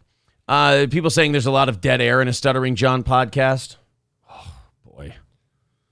That would be hard. That would be really hard to watch then. Yes. It is a test of heart and soul to sit through a whole Stuttering John episode in one sitting. It will change you in a bad way. I do it in small chunks as to not make me suicidal, says Why Do I Podcast. Well, you're one of the guys doing the Lord's work as well. I agree. I mean, that's good for you doing it for us. People are accusing Salvo of looking like Jason Lee from My Name is Earl. There's a little bit there. A little bit. If you crossed him with a young Ethan Klein, I think you've got it. Maybe. All right. Thank you very much to Johnny G. Johnny G with $5 over there on PayPal. Appreciate that, bud. And with that $5, we've cracked under the 200 mark for our goal tonight. 195 away, so if we can go on a little bit of a run here before we do the offering plate segment at the end of the show, we might have a shot at hitting the goal and doing some Chad Zummack stuff You guys got it. At the end of the program. So thank you guys very much for chipping in, whether it's Super Chats, memberships, or PayPal. We do appreciate it. There's the link in the chat if you'd like to throw in. All right. We're ready now. April, we finally got the mention from old Stuttering John. I am very excited. I do believe, now I could be wrong, and I'm glad that we have Why Do I Podcast in here, because maybe he can correct the record here. I think one of these references that Stuttering John's about to make to new friend of the show, Tony Michaels, oh my God, that he had on as his guest today. I think one of these is a direct reference to Steel Toe. I want to ask you guys two things. One, is he talking about Steel Toe? And two, do you think Tony Michaels is bothered by us talking shit about him? Yes, I will. No, wait. Oh. You haven't heard this yet. Oh. I want you to answer. This is your homework assignment. Jeez. As we hear from Tony, do you think maybe the Steel Toe clip might have got to him? You think it might have got back to him? And he might have heard it. I will check it out. Let's go ahead and check this out. Stuttering John, anytime you're dedicating 4 minutes to talking about how you're not bothered by the trolls, you're usually bothered by the trolls. I'm already making assumptions about Tony because he took down all of those food vlogs after somebody else ripped him a new one. And he's going to try to retcon that in this clip. He's going to try to go back. Okay. I really want you guys who are longtime Steel Toe fans to really get acquainted. Of course, you're acquainted with Stuttering John, but I want you to get acquainted with Tony Michaels, and I want you to get acquainted with Chad Zummack, because we're going to be talking about these two, I think, more than Stuttering John. I think the Stuttering John market is inflated right now. I think there's too many people chasing Stuttering John. So I'm really distracted, and I'm really fascinated by the B-plot characters. So maybe Steel Toe will be the Dabbler B-plot show. And we'll watch more Tony Michaels and Chad Zummack, because oh boy, Dennis sent me a whole shitload of Tony Michaels stuff, and we've only gone through one of like 6 videos that he sent me. And boy, if the rest are as bad as the first one, oh, we're in for a fun winter. Can't wait. With Tony Michaels. He'll keep us warm. Oh. Tony will keep us warm with his chubby widow cheeks. He's got a little bit of Haley Joel Osment in the Ted Bundy movie thing going on. But let's watch Stuttering John, who continues day after day to look more and more like a cadaver. It's amazing. What is happening to his face? You know when they pulled Frederica Bimmel out of the water in Silence of the Lambs, and her skin was all pale from being in the river that long, just before they pulled the butterfly or the moth or whatever it was, the gypsy moth or whatever it was, out of her throat? John's skin is starting to look like Frederica Bimmel's skin when they pulled her out of the river down south in Silence of the Lambs. Tasty and bloated. Let's watch. You know what? He keeps calling Anthony Pocky because of his pock face. Sure. How about Anthony and John do a show together? Because John has decided to start insulting Anthony about his pock marks from his childhood acne, which is, you know, whatever.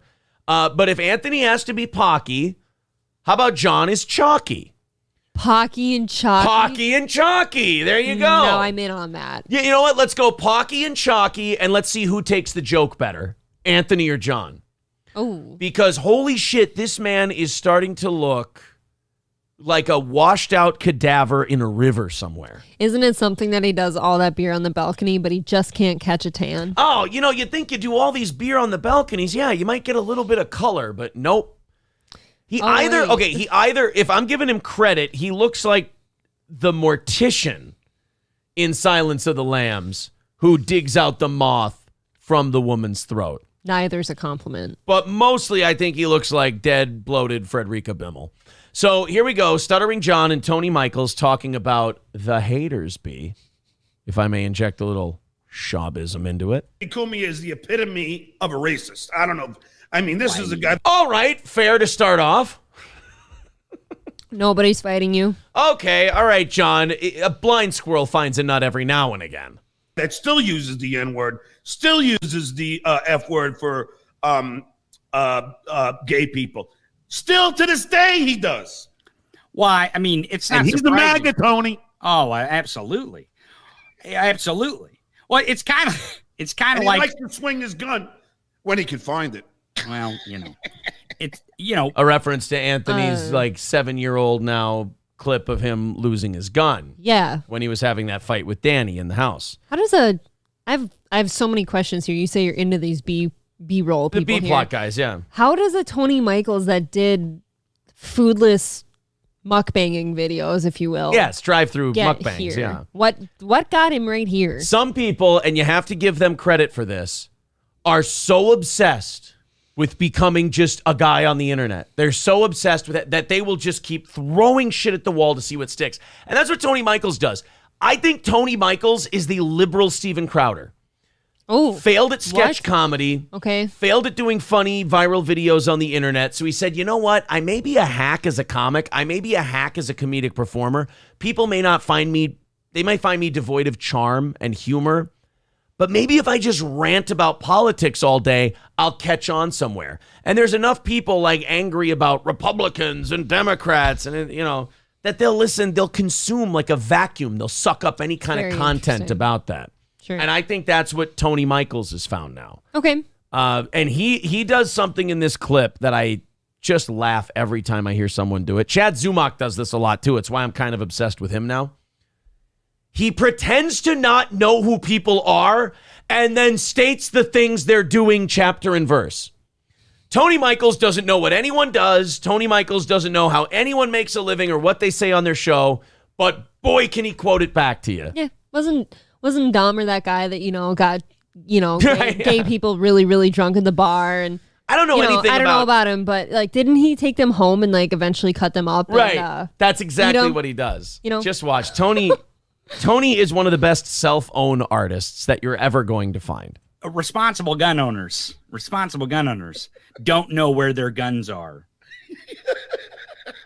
Okay. All right, Anthony. Didn't he used to have a show? I don't know. I thought he used to have a show. I think he does 2 a day on me now. Didn't he used to have a show, says Tony. Didn't he used to have a show? That's the only thing you would know Anthony Cumia from. You know he still has a show. You've talked to Stuttering John about Anthony's show. Several times. Tony, you're not cute or clever or above it all when you do that. Everyone knows that you're just plain full of shit, drive-through boy. Come on, order yourself a burger and get real. Somehow watching Tony is more visually appealing than Stuttering John. Well, look, like I said, there's chalky over here. I mean, there's something really awkward about the angle too. Like it's like from under him. It's very awkward. Oh, that's just the bloating from all the beer. Oh, thank you. Oh God, that's just the. Now I understand. Just the liver being overpowered by booze. It's Coors mumps. He had a clip that we never got to.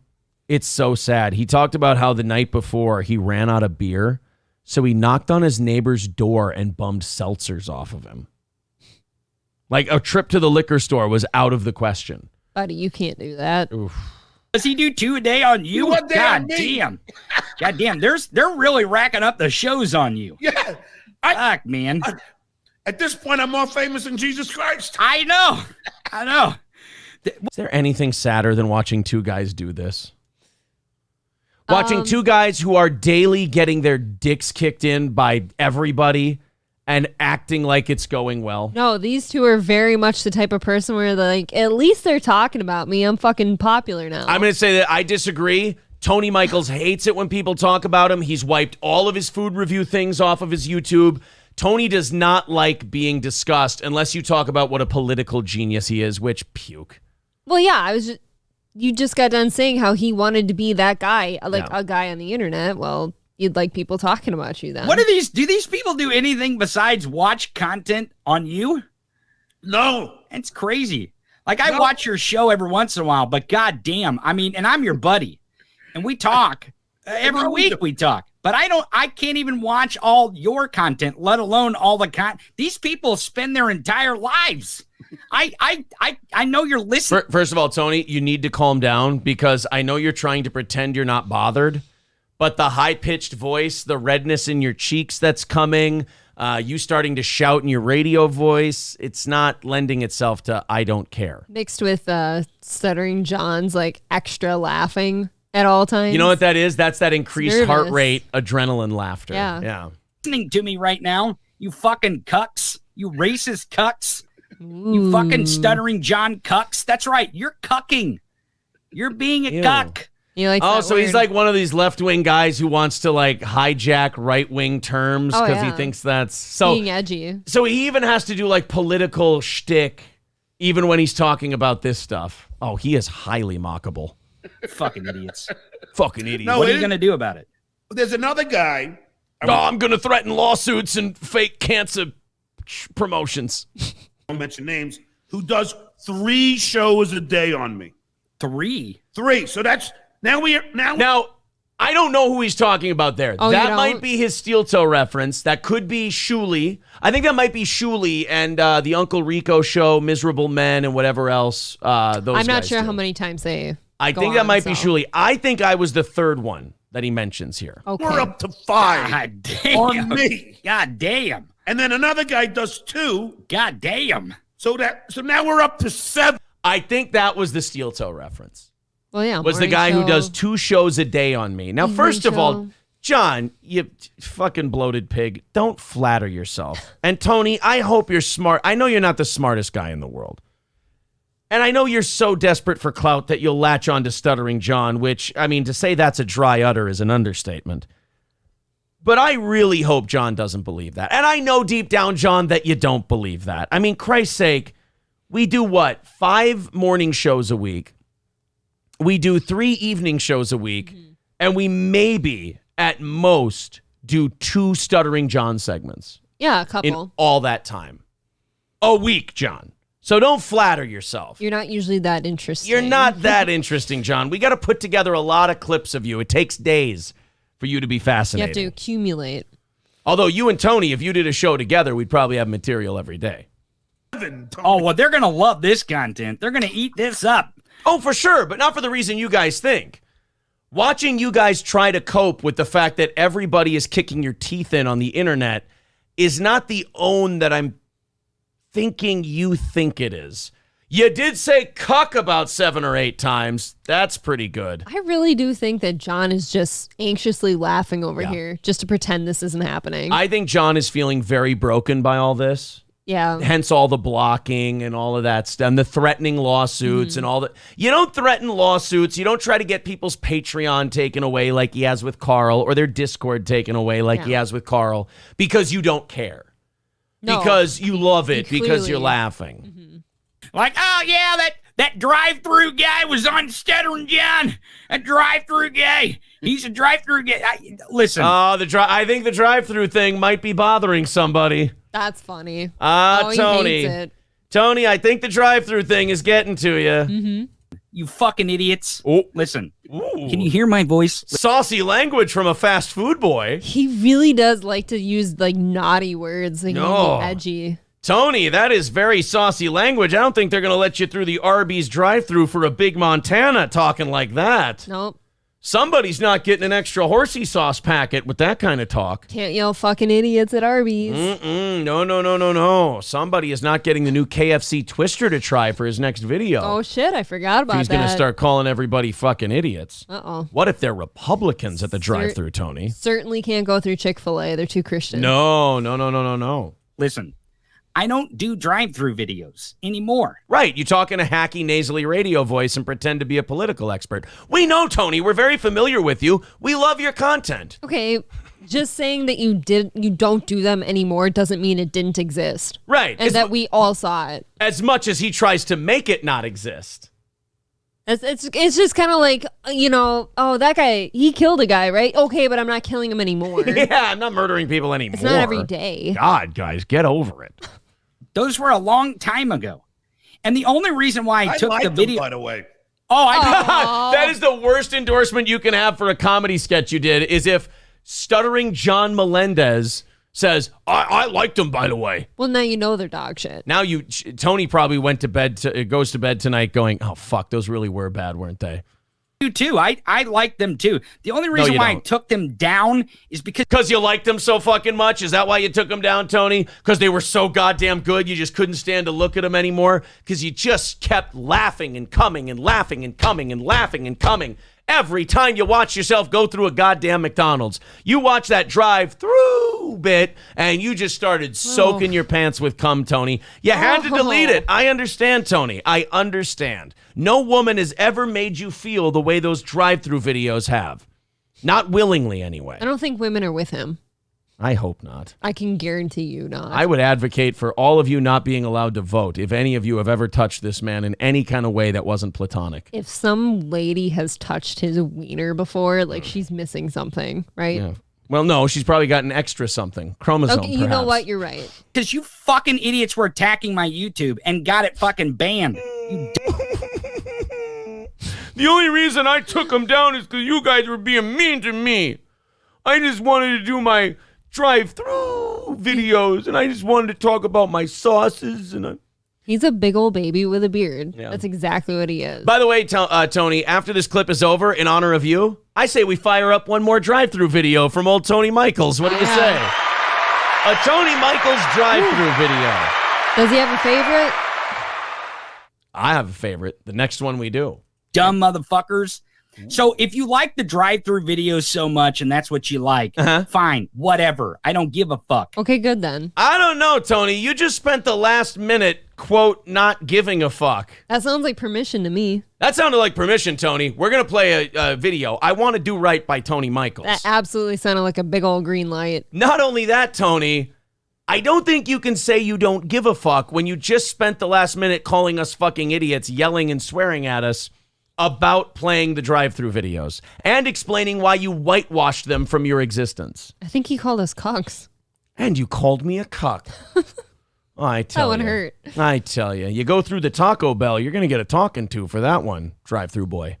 Tough shit. You don't get to see them anymore. Yes, I do. Yes, I do. We're going to watch them after this. Don't you kind of feel like a little kid? Whatever fucking podcast fucking reviews them or whatever because they think they're fucking cool.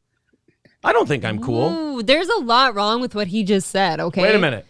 I don't think I'm cool. I think you're stupid. There's a big difference. Okay, that's if I thought I was cool, I'd be behaving like a Red Bar or a Salvo Pancakes. Absolutely not. I don't think I'm cool. I just think I'm not as cringe as you are. It's a low fucking bar. I like to live just above the low bar. That's my world. So that's one of the things wrong with what he just said. But so he had just got done telling us that he really liked those drive-through videos and they were great in his opinion. Stands by him. So why would you be angry if somebody wanted to review them? Right. And, you know, if they're so they're so good, why is that such a bad thing? They're so rock solid. We should watch them and laugh our balls off. Why are you so angry? Why are you so angry, Tony? Eat a sandwich. So does that have something to do with Biden? And then what's even better, John, is these fucking cucks friends. They come and they're like, hey, follow me on Twitter so I can DM you. I'm like, what? Why in the fuck? He's talking about Anthony's friends. By the way, for a guy who doesn't know, again, here's the Tony Michaels special. I don't know anything about the guy, but here's what all his friends do, and here's what he does, and here's all this. Here's the Tony. biography I wrote of him. Tony, you are not as slick as you think you are, pal. You are pretty textbook, my man. I noticed John doesn't have anything to say. He's only laughing. John is a fucking buffoon. You know what I mean? He's a buffoon. He's just enjoying that somebody else is mad because they're looking at his shit right now. He just wants somebody to join him in coping with the hate that he's getting. Fuck, because I know she's probably watching too. Because I'm sure she does shows on you all the time, too. I know she's probably... Why in the fuck would I follow a treasonous insurrectionist piece of shit? Do you know who he's talking about? Chrissy? Yeah. Somebody's bothered by Chrissy. That's not hard to figure out. Somebody's a little bothered by Chrissy. And look at John, by the way. He doesn't know who he's talking about. And Tony doesn't know how to play this game. You'll see this coming up. He doesn't know if he should say the name or not. And John's like... Because Tony's in his own head right now. Because he's trying to play this off like he doesn't care. But as we're seeing, he cares a lot. But he doesn't know. He's like, okay, how do I play it? Do I say her name like I don't care? Or do I not say her name because I want to act like I'm not giving her the credit? I feel I'm always in a way where I don't like that people bring up a show or a person and don't say their name. Because we all know who you're talking about. So just say it. It's say okay. Their name. Why would I do that? Who's she? I forget her name. I really No, you don't. You lying sack of shit. Tony, you are such a hack. It is coming out of your pores. It's sweat. It's like hangover sweat. It's just oozing out of Tony Michaels. Does Anthony have a show? Oh, well, all his friends that are on his show keep writing to me. I thought you said you didn't know if he had a show. And the one's a treasonous bitch, and she's an insurrectionist, and I fucking hate her, and I blah, blah, blah, blah, blah, blah. But you don't know her name? Get fucked, Tony. I think it was something Cassie? Chrissy? Dude, I don't even know who this fucking twat is, but she... I don't know who the fuck this twat is. Insurrectionist, January 6th, this and that, tries to get me to DM her. I don't know who she is, though. This twat. I think of all Tony's sins that he commits of being hacky and being the liberal Crowder. Actually, Crowder might be more digestible than Tony Michaels is. I don't think that's a maybe. But the worst crime he commits is the hack crime of pretending not to know who people are because he thinks it makes it look like it doesn't bother him. Tony is way too in his own head, and he's too transparent. He thinks he's playing chess, but he's struggling to set up a checkers board.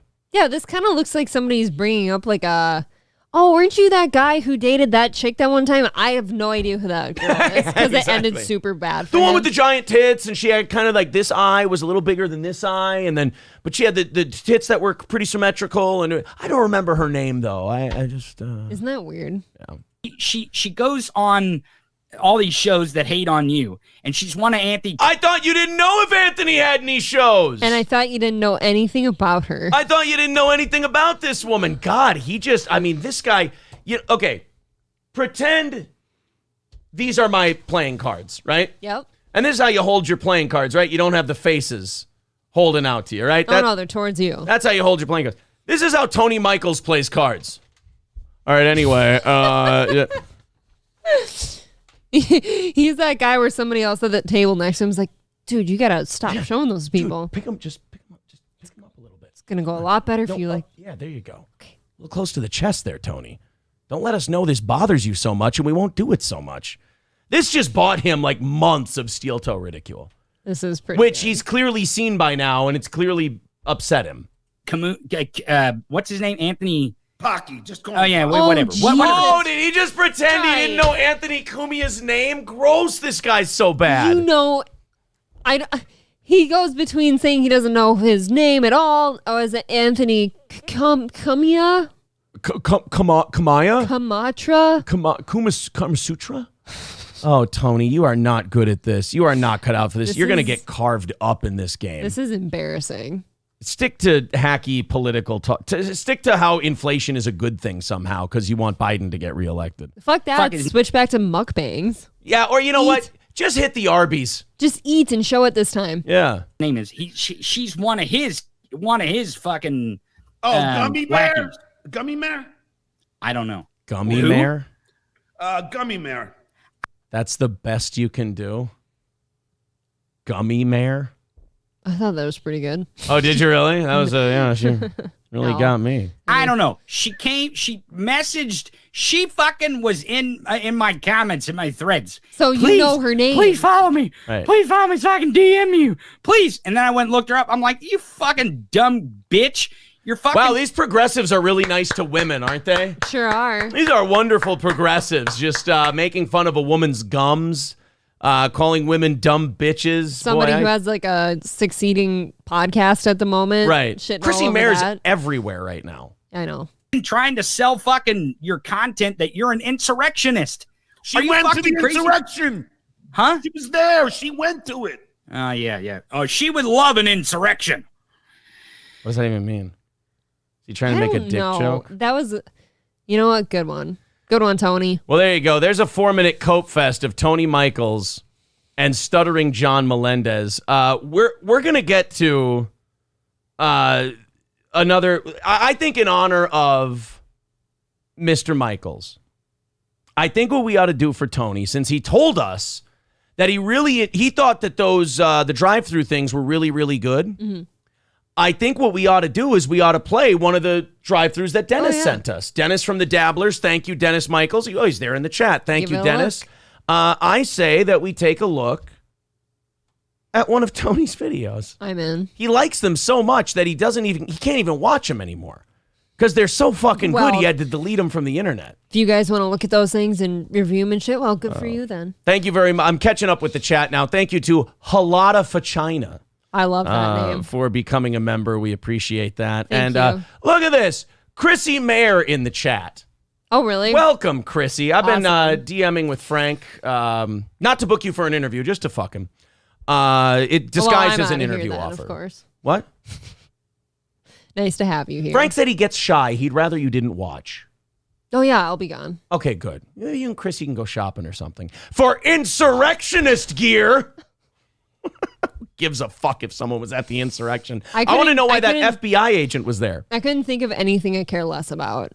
Chrissy with $10 says, Tony Michaels said he was psyched that I followed him a few weeks ago. Tony Michaels, say my name. Isn't that something?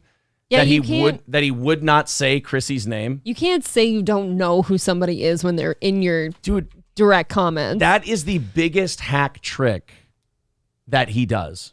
Is that, and the first time we watched him, I just went, oh no, not one of these fucking guys. I don't know this guy, but here's everything about him. Yeah. Anthony, I can't even do that nasally shitty voice. It's really gross. Don't try. Anthony, does he even have a show anymore?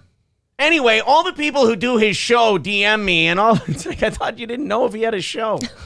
For fuck's sake. Yeah, now Stut Joe Depot and all the Dabbler people, all hail the queen. Of course, Chrissy, we've seen the clip before where she coined the term dabbler. Oh, yeah. It came from, of course, that wonderful interview with Stuttering John where he was really pissed. She innocently, too, went, I've heard you dabble in stand-up comedy. Like, it's not like the first thing people should think when they think Stuttering John Melendez is stand-up comic. The first thing they should think, oh, the guy that Jackie Martling and Fred Norris and Howard Stern passed their comedy through like a fucking sewer pipe. That's the guy. Chrissy says, I'm everywhere, even in this chat. Well, now April's all nervous because she thinks you are her hero. No, I'm just like, No, I think it's very cool that she's here. It's always fun to see somebody new in the chat. Chrissy says, Tony Michaels is attracted to me and hates it. Is he? That's true. I mean, he did kind of have he did kind of have that third grader, I won't even say my crush's name vibe going on. That's kind of what I was getting after. Yeah, he's just embarrassed almost. Chrissy says, oh my God, this blonde girl is so cute. Hi. Oh, great. We're going to have a goddamn estrogen Is this the real Chrissy Mayer? Yes, of course. That is the real Chrissy Mayer. I hope so. What was... what if it's just somebody trolling the fuck out of us? What was that thing that Yag said about you last night? You're a 9 with the confidence of a 4. Followed up by the other comments. Okay. Dennis says, glad to get the word out. I don't know who else would have downloaded that nonsense besides myself. Well, God bless you for doing so. Yes, it's the Lord's word. Chrissy responding to us saying, why wouldn't he say your name? Chrissy says, Tony was big timing me. He really was. Hate getting big timed by fucking Tony Michaels. All right, let me go into the email I got from Dennis. And God, what a dipshit if I deleted it. There it is. There's Dennis's... You should mark the important ones as starred and put them in their own folder. Okay, wait. Now this one is called 2 Double Cheese Drive-Through Trailer, and he even wrote on it, funny. Then I think we got to watch that one. Okay, or did McDonald's just call it a sad meal? Funny. This is going to be hard to pick. That's double the funny.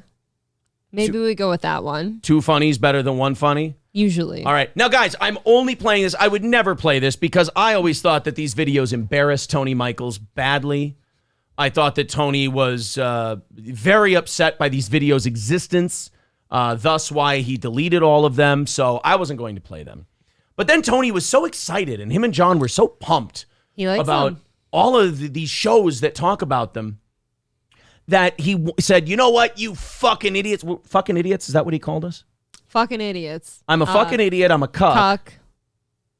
There was one more. There was one more. I think it was just fucking idiots 18 times. Okay. The guy's an original. You got to give him that. He's kind of cut from the Stern David Letterman cloth, you know, kind of a unique talent. A shining star. I look at Tony Michaels and I get a lot of Milton Berle vibes from Tony Quite Michaels. the compliment. No, I meant in the condition Milton Berle is in now. Okay, good. Yeah, this makes more sense. You know how John looks like Frederica Bimmel when they pulled her from the river in Silence of the Lambs? Yes. Yeah, that pasty skin tone. Mm-hmm. I kind of see Tony Michaels as a modern day Milton Berle, and by that I mean the modern day condition Milton Berle is in. All right, did McDonald's just call it a sad meal? Funny. All right, I got to see this one. Again, thank you. Oh, funny fast food car vlog. All right, ladies and gentlemen. Oh, okay, not double the funny. Your great liberal commentator and secret crush on Chrissy Mayer Haver, Tony Michaels, with one of his fast food vlogs. Thank you, Dennis, again for getting us this. All right, guys. Oh, sorry. You got a big screen. What the hell? You got a big screen, Tony Michaels. Look how big that is. Oh my God.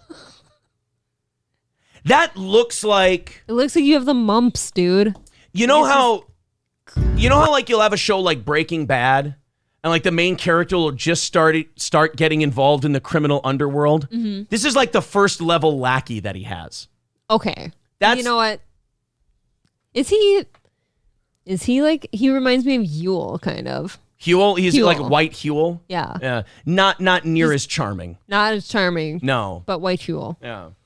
He has the charm of the guy Gus cut the throat of in season 4 of Breaking Bad. No, you know who he reminds me of? In Better Call Saul, the guy with the Hummer. Oh, who sells the pills? Yeah. Oh yeah, he's kind of got that voice too. Oh my God, he is like the prescription nerd in season 1 of Better Call Saul. Cards. I mean, I only deleted these fast food blogs because somebody stole my baseball cards. There was a Mickey Mantle in there. There was an autographed Jeter rookie card in there. They were worth thousands, and somebody stole my baseball cards. If you throw glasses on him, that's him. Oh my God, he really is. You put a beard and glasses on the Virgin with the flamed out Hummer. And the spinners. And it's Tony Michaels. Yeah. God, we're not going to get through this food vlog. Guys, we're just automatically doing overtime tonight. Fuck it. I'm having too much fun with Tony Michaels. If you guys feel like chipping in tonight, very cool. Otherwise, fucking Tony Michaels time. We might get to Chad Zummack tonight, but I got no problem saving that for tomorrow. We're out driving around again today. And you know what that means? When I get in the car and you know what that means? When I get in the car, the car tilts to one side. The suspension blows out. You know what that means? When I get in the car, every turn is on 2 wheels. Tire pressure low. You know what that means? The front driver's side goes from 41 to 32. The horn is constantly being blown. Oh, from his Ethan Klein from belly. His tummy. I'm driving. I'm probably going to get some drive-thru. So let's see what's on the menu. All right, we just pulled into McDonald's, and I'm starving. He's breathing heavy. He is. Oh, no, he's so horny for McDonald's that he's... In fairness, I've been there before. Oh, my God. Good McDouble. Fixes everything. Absolutely starving. So let's get to that menu, and let's get the order going. Yeah. First lie of the video, he's starving. That's not the look of a starving man. Are you sure? His body's starting to eat itself, Aaron. That's the look of a man where when you put the blood pressure cuff on him, gravy leaks out. Just oozes through his pores. You're like, oh, why is it sausage gravy? That's upsetting. Smells good, though. Ah, damn, Tony. Yeah, I'll put it on a biscuit, you fat fuck. Hey, you almost hit that guy, Tony, for Christ's sake. Guy just fucking flew in there, though. Watch where you're going. Well, he knew Godzilla was coming to order. He's going to eat it all. He saw Mr. Michaels coming from a mile away, and he goes, I'm getting the fuck in there. Oh, fuck, I got to get mine first. I just want a goddamn double cheeseburger and a fry with a water. I am not letting this... And hurry before he runs me over. I am not letting this colossus get in here in front of me. Hi, how can I help you? Do you guys have happiness on the menu today? Oh, fuck you. Oh. That ruined my whole fucking night right there. That is awful. Now you're just wasting the time of fast food workers by being a cunt. If I ever heard you say that, you're kicked out of the car, it's over. Do me a favor. Hit me in the place in the head you need to hit someone to trigger an instant stroke. I'll make sure I pinpoint that. I want you to look at medical books and find out where that point is on the head and hit me there if I ever do that. It's done. Do we have what on the menu? Happiness. Sure. All right, well, give me a 20-piece chicken nugget. Holy fuck! 20? Dude, you didn't need the whole chicken. I don't ever want to hear this man on his little politics show talking about the obesity epidemic. Oh my God. Oh. Yeah, you don't get to talk about groceries or anything. Nothing Yes. food related. I don't want to hear you bitch about inflation. You've got a lot from your grocery budget you could cut, young man. I also don't ever want to hear you talk about the quality of food because chicken nuggets is not the thing you order at McDonald's. Actually, in this video, he's actually 17 years old, but he eats this way, and it just and aged has him white terribly. hair. Look Oh, at that. man.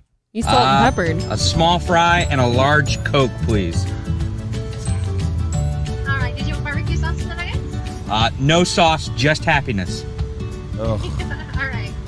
Large Coke, 20 nuggets. I wish that was like a code for the workers to put cum in it. Spit or anything. A booger. Just happiness, and they're like Dane Cook and waiting. You know what? A good farmer's blow. Yeah, there you go. Prime 905 is paying your window. Thank you. Thank you.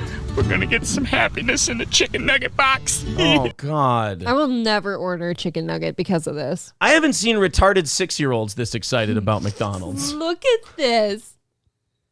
That's the last thing Wayne Knight saw before he got spit on in Jurassic Park. It's really scary. There's no jawline anywhere. Oh, my God.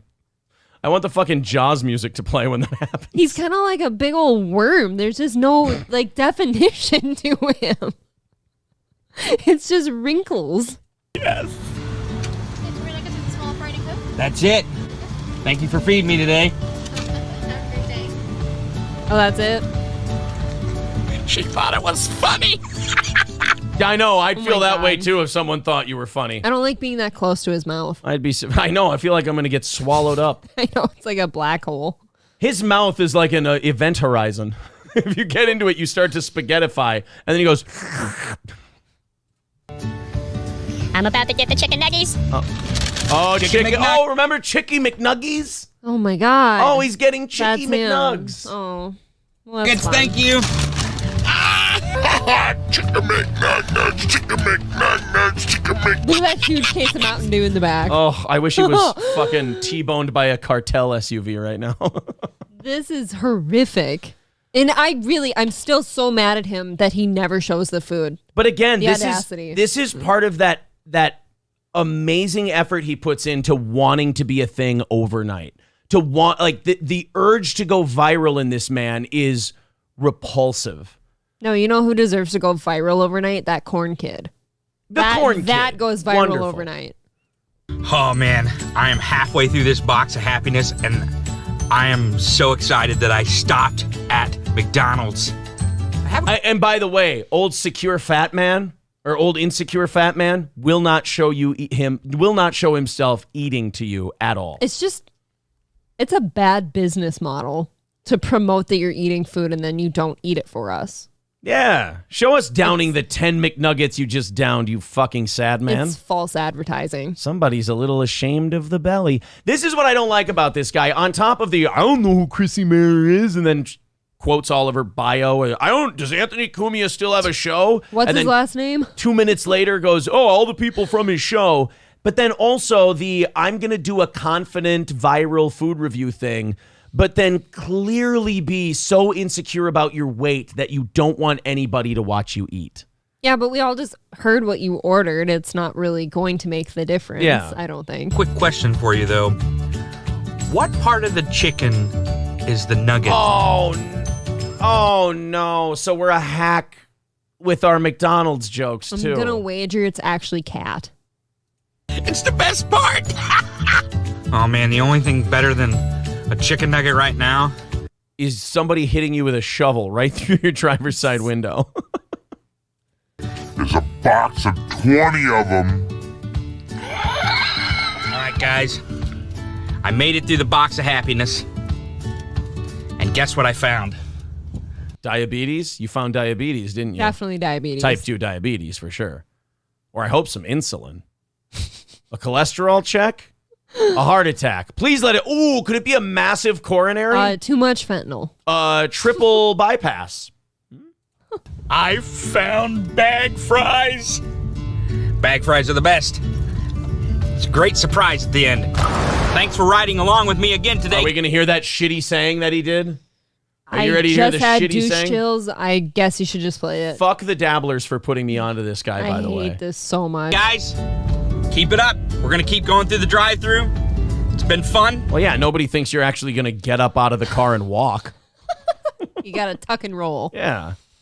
Can't wait to get to the next one. fucking Click legs are subscribe and the atrophied. bell notification because we're going to keep driving through. Drive in, drive out, drive through. Oh, you tried so hard and it didn't work, so then you made your identity not liking Donald Trump. Oh, he is a sad story, but he's so defiant that I can't stop with him. Like, if he was a sad man who was insecure and hated himself, fine, I'd leave him alone.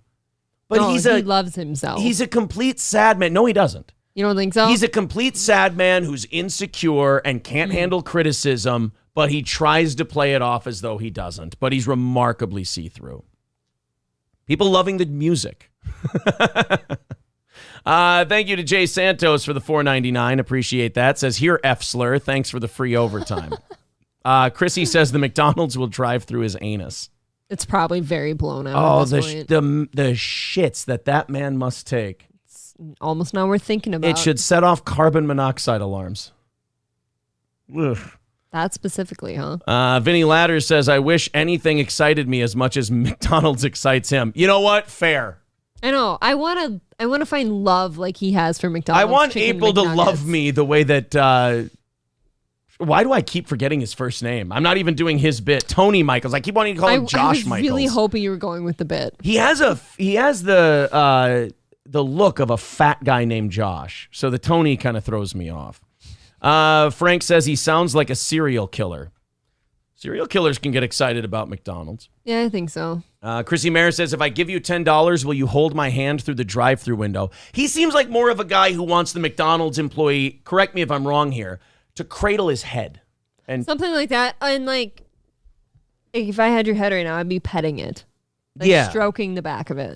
To me, Tony Michaels looks like a guy who always misses his mom. And every time he gets scared, he ends up saying, I want my mommy. Tony Michaels is definitely a kid who never made it through the sleepovers because he kept going to the other parents with like a couple tears in his eyes and trying to hold them back, and he really missed his mommy, so he'd say he didn't feel good. And then he got to go home from the sleepover. I'm going to guess he was the kid that wet his pants on occasion. Now, you mean when he was a kid or now? Maybe now just because his bladder's being crushed. Frank Pellegrino says that there are bodies in his basement. I don't know if he's got the balls. I really don't. I don't think Tony's got the balls. He very much strikes me as someone who would say, ew, gross. Everything's just gross to him. He's too busy eating. He couldn't kill anybody. Yes. Oh. Mash him up in your fist and take him down, says Vinny Ladders. Just a lot of cornball hack, they're saying. A lot of people voting stroke. Stroke, They're rooting for a stroke.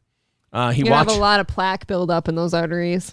Vinny says he watches a lot of Joel Osteen, I bet. I bet you're not, actually. I bet you he's a big-time lefty, so he probably thinks, like, religion is for the it's for the easily led. It's for the sheep, man. No Christian shit for him. Yeah, no Christian shit he for old... He calls Joel Osteen a cuck. Yeah. I never thought I'd say those two things in a sentence. None of that shit for old Tony 10 Nuggets. 20? What times are you talking 2. about? Yeah, I guess Tony 20 Nuggets. Oh, God, the joke was right there. He's the type of guy I'd see like putting a couple in his pocket for later. Maybe Frank's right. People are... Bumbaclow's now calling him Tony Wayne Gacy. Oh, God. Chrissy says, brush the chicken grease away from his mouth. Oh, and it probably makes like a cartoon sound like... Yes. You know what, though? Like, you know, it's cute that, like, you and me and Frank and Chrissy were all here and we're making fun of Tony Michaels, but we forget he's had a better career than all of us. That is true. He's had more success than all of us. You remember that movie he was in? I can't remember the name of the movie, but I distinctly remember, I remember it was Princess Leia put a chain around his neck and pulled back really hard and killed him. Oh, I don't know that guy, but he was, I think, wasn't he the one on the barge with like a lot of like lackeys around him? Yes. He was that Jabba the Hutt. One. Oh, that one. Yeah. He was really good in that movie, and none of us have done anything that big. No. So we can sit here and hate all we want, but I think it's out of jealousy. I don't think all four of us combined could ever be as big as he is. Von Kaiser says he probably took his mom to prom. Oh, no. And probably like try to take a stance of, well, nobody ever took her to prom. So that's right. Dad knocked her up junior year, so they never got to go. It was me. And then they had me. So who needs prom when you have Tony 20 nuggies? Oh my God, now he's Lenny from Of Mice and Men. He has to pet him. Don't let him hold on to that girl. He'll just shake her to death. He doesn't know his own strength. I think you've made a big fan out of Chrissy Mayer tonight, by the way. I have a lot of yes, April, yes. I don't know how to take a compliment. I'm nervous. That's right. April believes that she's consistently a giant piece of shit. So there is that. Yes. Thank you very much to Rupert. Don't try to talk me out of it. It won't help. Rupert with $9.99. Thank you very much, buddy. Appreciate it. We didn't really adhere to the goal tonight because we're having too much fun with Tony Michaels. It's been a great start to the week. So we are technically 170 away from what our goal would have been tonight. Mm-hmm. If you guys feel like throwing in, go ahead and throw in a couple bucks, listener-supported show and all that. But tonight just got away from us fun-wise. And this has been really fun. I'm super excited to see Chrissy here. And Frank was here too, you said? Frank was better. Maybe Frank is better. Maybe Chrissy's like a lady tiger, you know? Don't you remember him as Bob in Demolition Man? Oh my God, let's pull that up. I forgot about that. Bob Demolition Man. I do remember Tony Michaels as Bob in Demolition Man. How could I have forgotten? Or Otho in Beetlejuice. Of course. Who could forget about Bob? Oh, Tony Michaels was good in that movie. Soon we forget. Is his father or something. The one who knocked up his mom junior year. With him. Unfortunately. And hated his life forever. You know what? I don't like this. People in the chat right now are trying to besmirch the reputation of whoever that account is, saying it's not Chrissy Mayer. So here's what I'm going to do. She's going to prove it right now. Is that the right number? I'm so terrible with our studio I don't line think number. So. Maybe. Yes, it is. I know it. That's right. Okay. Chrissy, prove these idiots wrong. Call that number right now. Say hello. We'll prove it. I'm going to laugh my dick off if you just get a bunch of our listeners calling it. Chrissy says it's me, 34D. Now we're just flexing in the chat. I don't know if that's... Yeah, now I feel less than. All right, guys, the question here becomes... Now we've reached ourselves a tricky place. Do we go to the Brendan Schaub, or do you want to do another drive-in with Tony? Oh, wait. Oh, shit. I'm torn. It was supposed to be Zummack next. Do we have the time for that? Yes. Oh. For Tony? No, I mean, like, do we physically, like, actually have time for it? For Chad Zummack, you make time. All right. Oh, boy. Chrissy Mayer. Oh, Chrissy Mayer calling. Hello, Chrissy. How are you? Well, hello. This is Chrissy Mayer, live from where I live. Oh, Chrissy Mayer Doubtfire. That's wonderful. How so fucking dumb. Oh, that's great. Well, Chrissy, thank you very much for calling. That's wonderful. You're welcome, sir. No problem. It is I sure love Chrissy. One of the most retarded things. Oh, no, that was Chrissy I just hung up on because that stupid bit was going on. Oh, God damn it. Try again. I'm so sorry. Thank you very much I thought you just called in. Thank you to Gray Duckling and Daniel. Holy shit, $45 a piece from those two. That is too kind, gentlemen. Appreciate it. $80 away from whatever our goal was tonight, but you guys are getting overtime regardless because, oh, what a great time. All right, I'm sorry, Chrissy. Call in one more time. gimmick was going on, and We're sorry. fucked it up.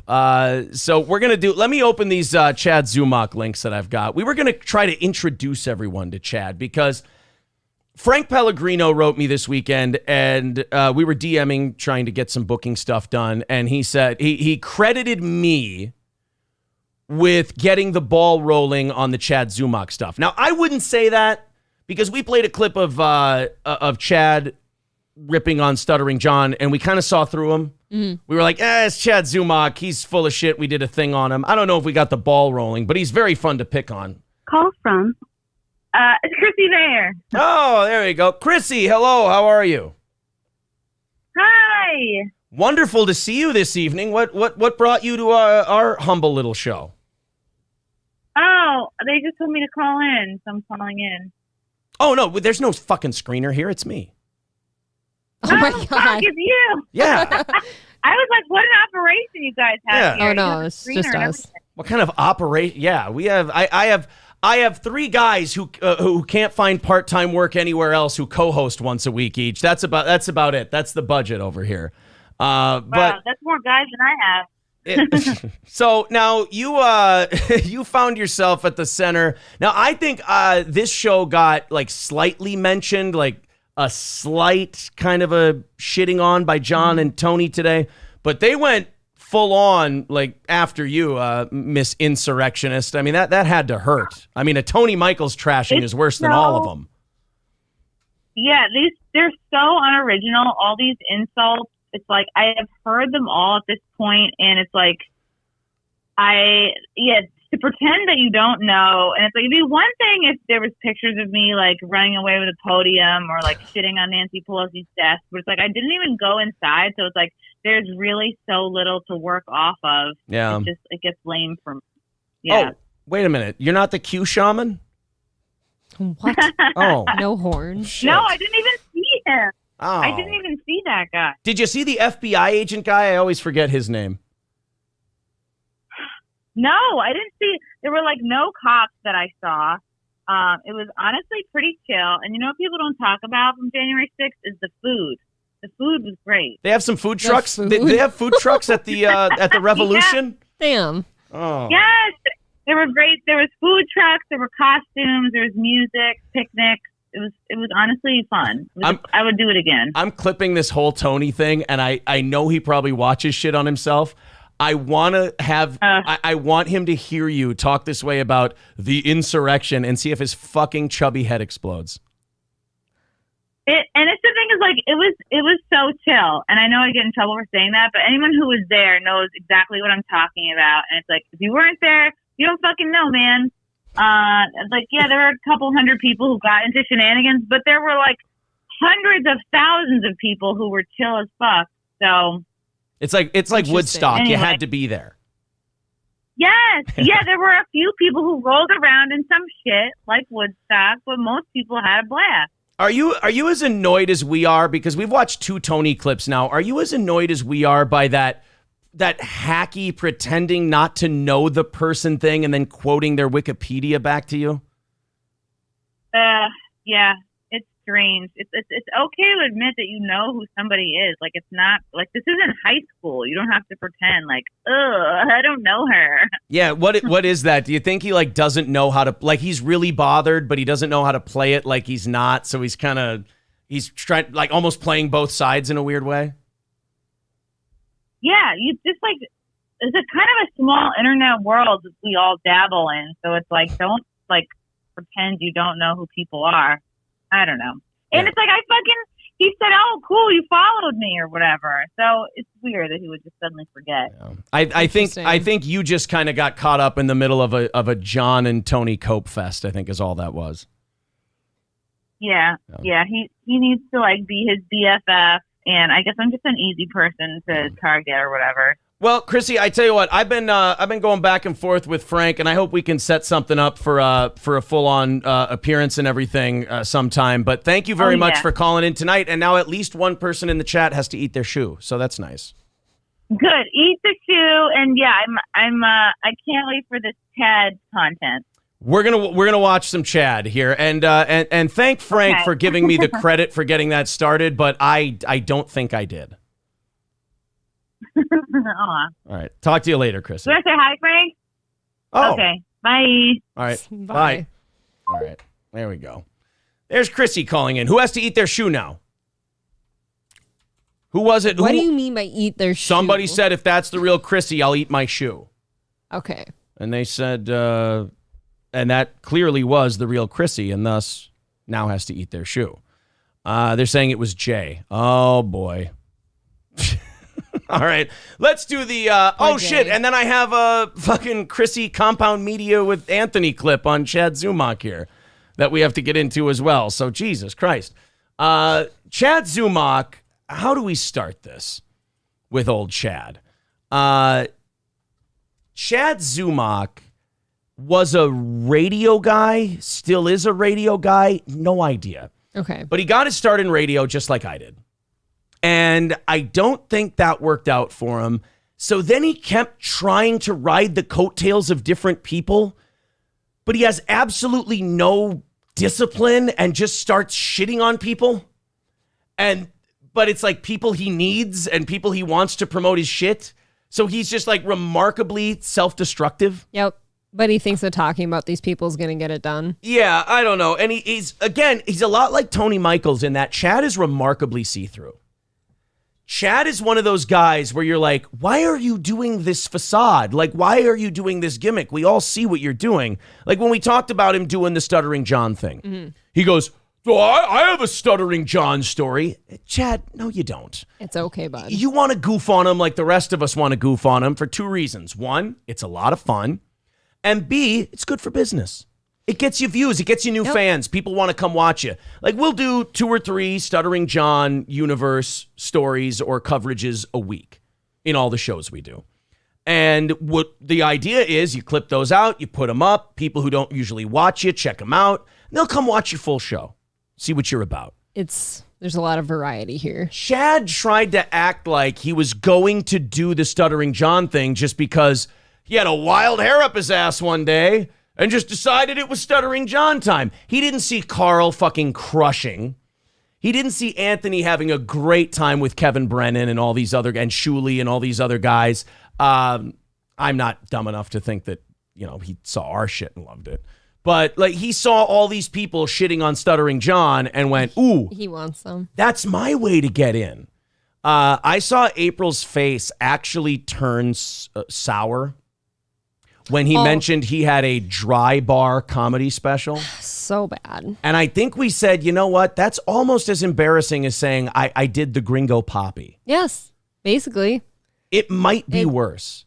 Chad Zummack is worse than Brendan Schaub. Okay, I need to get more into Chad to know that. So that's kind of the setup to Chad. The big thing he doesn't like people joking about is the fact that he was charged. I don't know what the end game of this was. He was charged with stealing a credit card and using it. And Anthony and he was on Kevin Brennan's show, Misery Loves Company, and he quit in this douchey way where he acted like he was important and he had to go on his own journey, and it was just, it was so terrible. And this guy is so completely full of shit. Well, anyway, Chad has now been kind of making the circles in the Dabblerverse. Yep. And boy, there's almost too much to fit into one show. Yeah, you almost need a standalone thing for this. So I found a few clips. There's a post on the Who Are These Podcasts subreddit from a year ago about, Chad is headed to court this morning for the first of his disposition hearings. Not deposition, disposition? I don't know. I've never been in criminal court like Chad Zummack, so I wouldn't know. Disposition doesn't sound right. You know how we said Tony Michaels holds his cards out too far? Chad Zummack just holds other people's cards. They're mine now. The evidence presented are 3 different credit cards from 3 different individuals, all male, which would lend weight to the theory of it being a locker room theft. In addition, there is video surveillance footage being used in evidence. My understanding is that there may be multiple disposition hearings depending on the evidence. After this, the defendant can either take a plea deal or go to trial. So that was a year ago. Yes. That's the Chad Zummack credit card deal. Well, then yesterday on Anthony's show, and I've got timestamps here, Chrissy and Anthony were talking about Chad, and I thought they made an amazing point about this guy just burning fucking bridges all the time. Like Anthony and Kevin Brennan did a show where they ripped on Chad, and Chad called in, and instead of going with it, because Kevin Brennan and Anthony Cumia, two guys who are way above you, like you're not even in their, not on their level. Not the same realm. Right. They're busting your balls and making fun of you. I know this sounds like a bitch thing to say, but you should be honored. You'd think that they two, even said your name. Yeah, they took your call. They're doing it in front of you. They're obviously just fucking around. Chad Zummack has a lot of that stuttering John in him, where if you make fun of him a little and it's clearly a joke, he wants to go for the jugular and just be an asshole. And then he'll try to get Anthony or Kevin to try to plug his shit. So he's this shitty kind of abusive dick.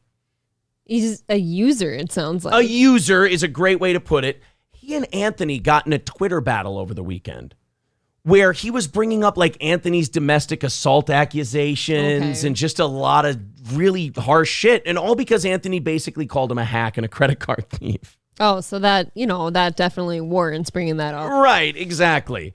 So then Chad ends up deleting a shitload of tweets, and when people called him on it, he said, well, I just delete my tweets so I don't get canceled. Motherfucker, canceled from what?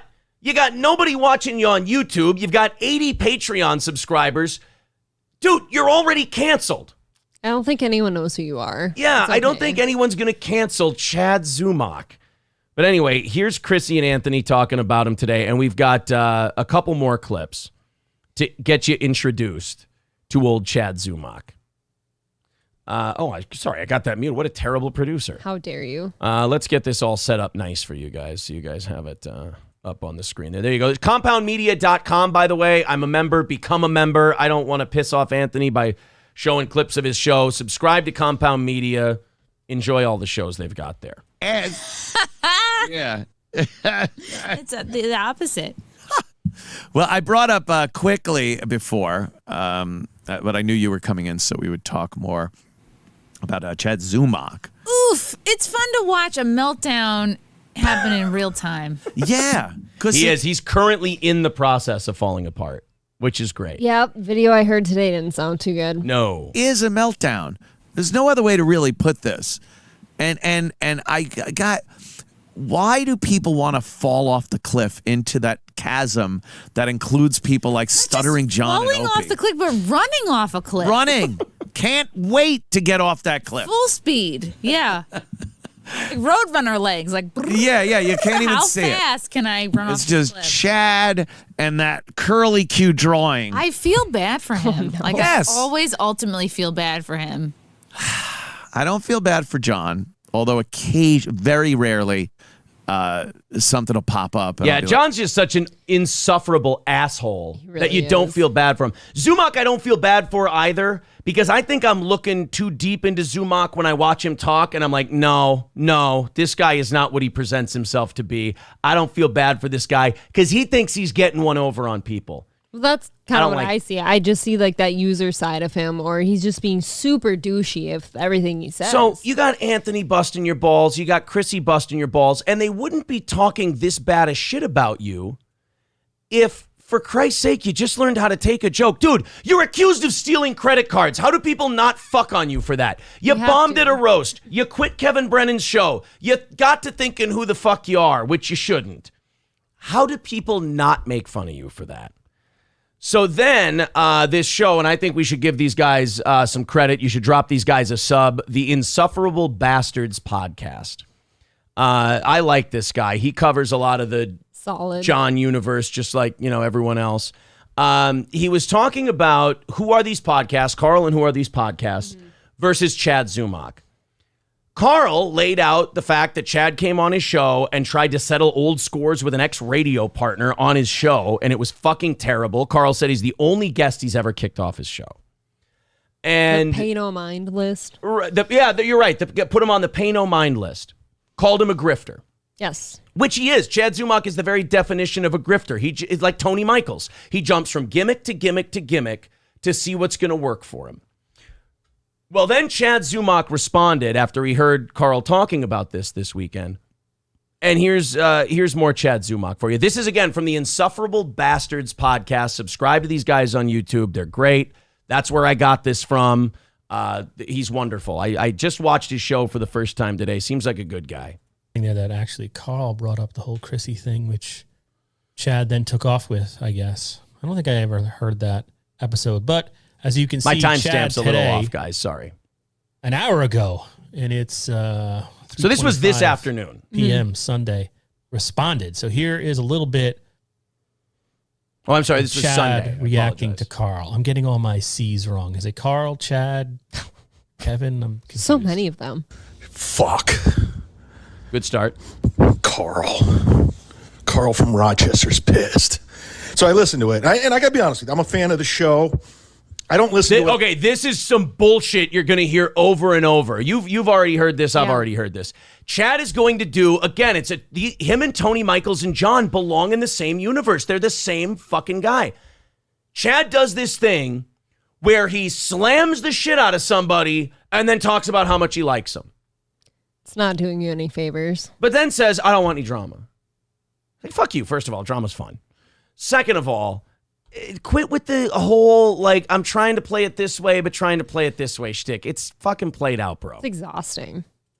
But all the time, and honestly, since Shuli's show came around, Uncle Rico, like, Carl's podcast is like, and I'm not even trying to say this to be personal. Shuli's just doing a way better job shitting on Stuttering John, him and Bob Levy, because they're comics. They're real comics. Oh. And it's just kind of this passive-aggressive chick shit of like, Carl shit on you, and now magically you decided to reveal that you think Shuli's show is better than Carl. Right, that's convenient. Yeah, which, no offense to Shuli, it's not. Carl's show is the heir apparent to Jocktober. It is a very professionally put together show. Shuli is more 4 or 5 comedians sitting in a room with a little less direction. It's not as planned out as Carl's show, just kind of winging it and throwing jokes at each other. So Chad, clearly a little hurt from what Carl said. Yeah, it tries to shit on his show by saying Shuli's is better, but then saying, oh, no, it's not a personal thing. I never like that when someone says, oh, it's not personal, but then proceeds to shit on them. Chad, I know you think this makes you seem like a really smart, like, politician kind of podcaster who knows how to navigate the waters. It really kind of just makes you look like a bitch. You really just kind of look like a guy who doesn't have the fucking balls to say what he wants to say. You just kind of want to half-ass it a little bit so nobody gets mad at Chad, so you can ask them to promote your dry bar special. Your fucking Gringo Poppy too, Chad. Oh, just give up. like JV and varsity. Like Shuli's varsity, Carl's JV. And he does a good job. Listen. He does a good job. He's just JV, you know, the team you play on when you can't, when you're not good enough for varsity. That's not even considered backhanded compliments anymore. Yeah, I don't You're even just shitting on the guy. I don't even like that this guy thinks he's like winning up. People who engage in these little battles, they all think they're winning. Like the audience clearly sees who's getting the upper hand here. Well, they're owning them. Don't you know? Carl's like a radio nerd. He grew up loving Opie and Anthony. Everything's you know, he likes to play radio in his basement. And, you know, he's doing the whole Jocktober thing. And, you know, I've gone on a show. I tried to troll them. Didn't work. I fucked up. You didn't try to troll them, Chad. You tried to settle old scores. Stop with the I was trying to troll. You weren't. You had a shitty appearance. You sucked. Nobody liked you. And he kicked you off his show. And to try and save face, you said, oh, well, I was trolling. Chad, have you been trolling your whole career? Because none of it's been good. I mean, your whole career must be a troll because it wasn't that much different than everything else you do. Does this guy always talk with such like angst in his voice? Like he sounds anxious, like he can't get the words out quick enough. He's not breathing funky. He's not built for this. He just seems like, yeah, this maybe isn't your game. Yeah. He's spiraling right now, and he's trying to grab onto anything. You know what it is? He's spiraling, and he thinks he's going to punch down. He doesn't understand Carl's the one punching down. Oh, yeah. I don't know who a Chad Zummack is before you introduced him to me. I know who Carl is. I owned it. But he does this whole thing about me, but he's put me on blast or notice. And I go, I got to listen to this. And he didn't really put you on blast. He just accurately said what you are. That's pretty much observations. Yeah. He's pissed. Livid. Live it. He's had enough of me. He's tried to ignore me. He's been patient with me. I disrespected his show. He's had it. Make more mouth noises. He says he's just going to address it because I'm nothing, and he's going to move on. It just sounds like he walked up a flight of stairs like he's out of breath. Like fucking calm down, Relax a little bit. Catch your breath before you hit record. And I'm laughing the whole time. And he's saying that, what did he call me? Like, what was the word? Grifter. He called you a grifter. A vagrant or something? Grifter. I don't even remember what it was, but he was saying all this shit. Grifter. Oh. Chad, he called you a grifter. Insufferable bastards, by the way. Bravo. That I just don't get it, man. I don't get it. I just don't get it. You can say it in a mocking voice all you want, Chad, but clearly with your run-ins with Kevin and Anthony and anonymous credit card holders, you really don't get it, Chad. Not good. You don't. You need all of these people, by the way. You need Carl. You need Anthony. You need Kevin Brennan to You promote needed those credit cards. You needed those credit cards, Chad. We needed that credit card, Chad. They never would have found it. Yeah. You needed all of them to promote your shit. And now you're mad that they won't promote it. But Chad, there's a problem there. There's a common thread. When those people are asked about Chad Zummack, they go, oh, that untalented asshole who's always a fucking prick every time we try to bust his balls a little. Chad, you were the younger brother that they let play in your football game. You just had to be okay with being picked last. You thought who the fuck you were. You overplayed your hand with somebody else's cards. And it didn't work out for you. And now you're acting like it was all part of some master plan. Shut the fuck up. I get it. I get everything you're doing. I know. I even get what Chrissy and Frank are doing. I know what you're doing. I know what everyone's doing. I could do it too. I could play ball. Oh. And kiss Kumia's ass. Aww. Like you all do. You all kiss his ass. Yeah, that's it. They're all kissing Kumia's ass. So transparently. He only says that shit because he wishes he was there kissing Anthony's ass. Yes. Don't we all? Like, Aaron would kill someone. I love the Opie and Anthony show. It's influenced me to an ungodly degree. It's disgusting how much I'm influenced. Right, but this guy thinks it's... by Anthony Cumia and the guys who did that show. Yeah, but this Chad guy thinks it's like some kind of dig to say that somebody looked up to the Opie and Anthony show. What do you want me to look up to? Chad Zummack? Fuck yourself. But I choose not to, because I don't... You don't choose not to, Chad. Sorry for pausing so much. You don't choose not to. You can't control yourself. You can't help it, Chad. Again, another Lenny from Of Mice and Men reference. Lenny didn't just go, oh, I'm going to pet this puppy really hard. Mm-hmm. He couldn't help himself. He just kept killing the puppies. And in this case... I didn't mean to kill it, George. Yeah. In this case, Chad, the puppy's your career. Over and over. You wanted to kiss Kumia's ass. You couldn't control yourself. Oh my God, he's Tommy Boy with the bun in the diner on the side of the road. I killed it. I killed my career. I don't care. At the end of the day, I don't think Kumia is a god. I don't give a fuck what's left over from the Opie and Anthony fame. Kumia is a dick. I do. I wanted to fucking listen to me. Yes, trickle this way, please. Yes, come on. Period. He's a dick, and he's a racist. Oh, you fuck. You were dying to get on his show. You were dying to call in, and now he slighted you a couple of times, and now it's the old, he's a racist, and these other guys are just kissing his ass. Chad, you are such a hurt boy. This is what I mean by Chad is so see-through. None of these things you're saying are what the real problem is. No, he's just listing reasons why people like him. These are all excuses. Yeah, right. These are all excuses as to why you haven't made it and you're not where those people are. You're mad at Carl because he passed you by. But it's not Carl's fault. He's a talented guy. He does a great show. It's not Carl's fault you didn't get there, Chad. You did this all on your own, little fella. Right, Carl put his shit together. Right. There's a lot of people in radio who can't cut it in this world. You're just you're the newest one. I mean, it's just what it is. He's funny. You know, when he turned troll on me, when he turned on me because of Kevin, he didn't turn on you. He didn't turn on you. You got busted stealing credit cards, and that's fucking embarrassing and hilarious, so he made fun of you for it. Chad also said that he tried to troll their show, and he didn't pull it off. Who are these podcasts? Now he's talking about Anthony's show. Oh, Yeah. see, I get confused. It's okay. It happens There's to you. so many. It happens to your breed. I was disappointed. I'm like, all right.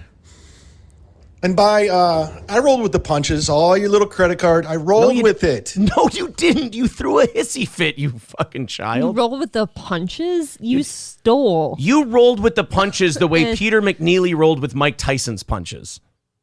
The coping skills of this guy. But after year one, it just started getting repetitive and old. All right, and that's the end of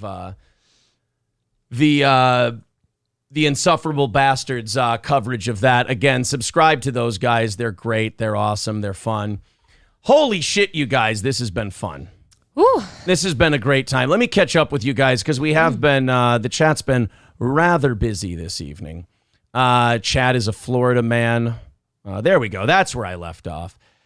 Chad might as well have been charged for stealing my time with that fucked up set he did, says Ethan. Vinny says deposition. I thought it was deposition too, but I wanted to read it the way it was. Disposition certainly doesn't sound right. The thing said disposition, so I'll just go with that. Bumbaclo says, gotta give credit card where credit card is due. Oh, man. Somebody's paying those bills. Nora says, let's be honest, as far as actual comedians go, Pat Dixon is the only funny person besides Nick DiPaolo that was on Compound. Oh, I strongly disagree. You got to remember, that's the network that launched the Legion of Skanks and Louis J. Gomez. Fuck. Hilarious. I mean, Chrissy's on Compound. Gavin is on there from time to time. I do think I'm not saying Pat Dixon's not a funny guy, but I mean, there's been a lot more. I mean, Dave Landau, you say what you want about Dave Landau, but he got the Crowder gig. I mean, that's not a gig that's probably low paying. No, that's not a small one. Kevin Brennan, I think, is fucking hysterical. Jay Santos says, I'd like to take you out for a nice steak dinner at Shula's in Orlando, Chrissy. When will you be back? I'm just trying to scan through the chat because I missed a lot while we were doing that. Six String Man says, I like how Chad was all mad that he wasn't invited to the content house. And Anthony replied, I remember this tweet. If it was the content house, you'd fit right in. Fuck. I had a terrible joke about that. They said, why weren't you allowed in the content house? I said, because they did credit and background checks. Were you wrong, though? Yeah, he did bomb at that Kevin Brennan roast. We played that clip a while back. It was really, really bad. Frank says, agree, Gray Idols. April for the Simpcast. Oh, they're saying April should be a guest on the Simpcast. I'm getting all sorts of bashful right now. Oh, boy. Are you ready to step out of your fat, ugly husband's shadow and go on a show by yourself? God willing. Okay. Just kidding. Fucking whore. Why don't Chrissy and I just do something? Ungrateful. I end up with talking to Anthony before you do. These fucking ungrateful snatches. Chrissy and I are just I can't friends believe it. Chrissy says, oh my God, I feel so special. It's like my quinceañera. Yeah, the audience is simping a little hard at the moment. Are they? I'm not reading everything. Chrissy says, how is he out of breath already? That's what we said. It sounds like he's up a flight of stairs, for God's sake. He's so angry that he's short of breath. God, you and Chrissy are saying the exact same shit. Now I'm creeped out. Dennis says, Uncle Rico is hilarious, but Carl is the king of John content. Now, look, I don't think most of us would be here if not for Carl. Carl and Anthony, I think, were the ones. Actually, Anthony and Artie were the first two I saw busting Stuttering John's balls really hard back in the Compound days. It is weird that, we just kind of happened upon the Stuttering John stuff, and it stuck. I watched recently the Anthony, Artie, Stuttering John thing. And between that and the Chris Hansen interview, I just found myself thinking, God, if fucking Artie could have stayed clean, that would have been such a funny show. Artie geeked on heroin and late was still one of the funniest motherfuckers on a podcast. Very funny. God damn, was he good when he asked Chris Hansen if he was the Let's Roll guy. I laugh my ass off every time I hear that. Bumbaclo says Chad got a cold sore from giving Godfrey top in a bathroom. Woohoo. Oh, that's fun. Wow. Chrissy says it's the pretending not to remember thing again. Yeah. Him and God, I always forget fucking Michael's name. Tony. It's Tony Michaels. He's going to be a big friend of this show. I got to get used to it. You think we'll get Tony here? Will Tony come on this show? Yeah, but he'll pretend to forget my name. Yeah, what was your name again? He calls in. Like, yeah, they're all saying like he sounds like a jilted ex-lover. He sounds like he feels abandoned by all these people and everything else. Yep. The world has passed him by. Yeah. That's exactly what happened. God, he's awful. And it's just the whole some people refusing to be humbled thing. Like I always say, this shit here, don't take this shit so seriously. No, there is a life outside of this. Don't let shit bother you so much. Especially if you're going to talk shit about other people. Aaron is dead right. Chad Zummack humiliated himself twice. Carl isn't a tryhard, says Chrissy. We are listening to a young stuttering John. Yes, that's what I said. Who's more of a stuttering John, Tony or Chad? Chad. I think Chad as well. Absolutely. Insufferable Bastards. Oh, welcome, guys. Thank you very much for what you do. Says Chad's obsession with Chrissy is disturbing. Oh, this is fun. We have everyone in here tonight. Chrissy says April's simp-worthy. No. What? Thank you, but no. Confidence of a 4. Jesus Christ. I don't need to be simped over. No, the show. Oh. Are you not familiar with the Simpcast? No, I have listened to her actually a few times, yes. All right. All right, guys. I think, how far over are, oh my God, it's 9:45. Thank you very much, Frank, for the $10 super chat. He says, I came for the Chad chat, did not disappoint. Thank you. Oh, thanks, buddy. I do see what you mean now, like meaning the show name.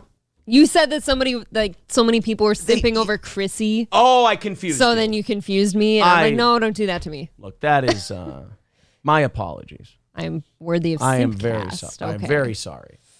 Chrissy says, April, let's run off together. Forget these men. Into the sunset.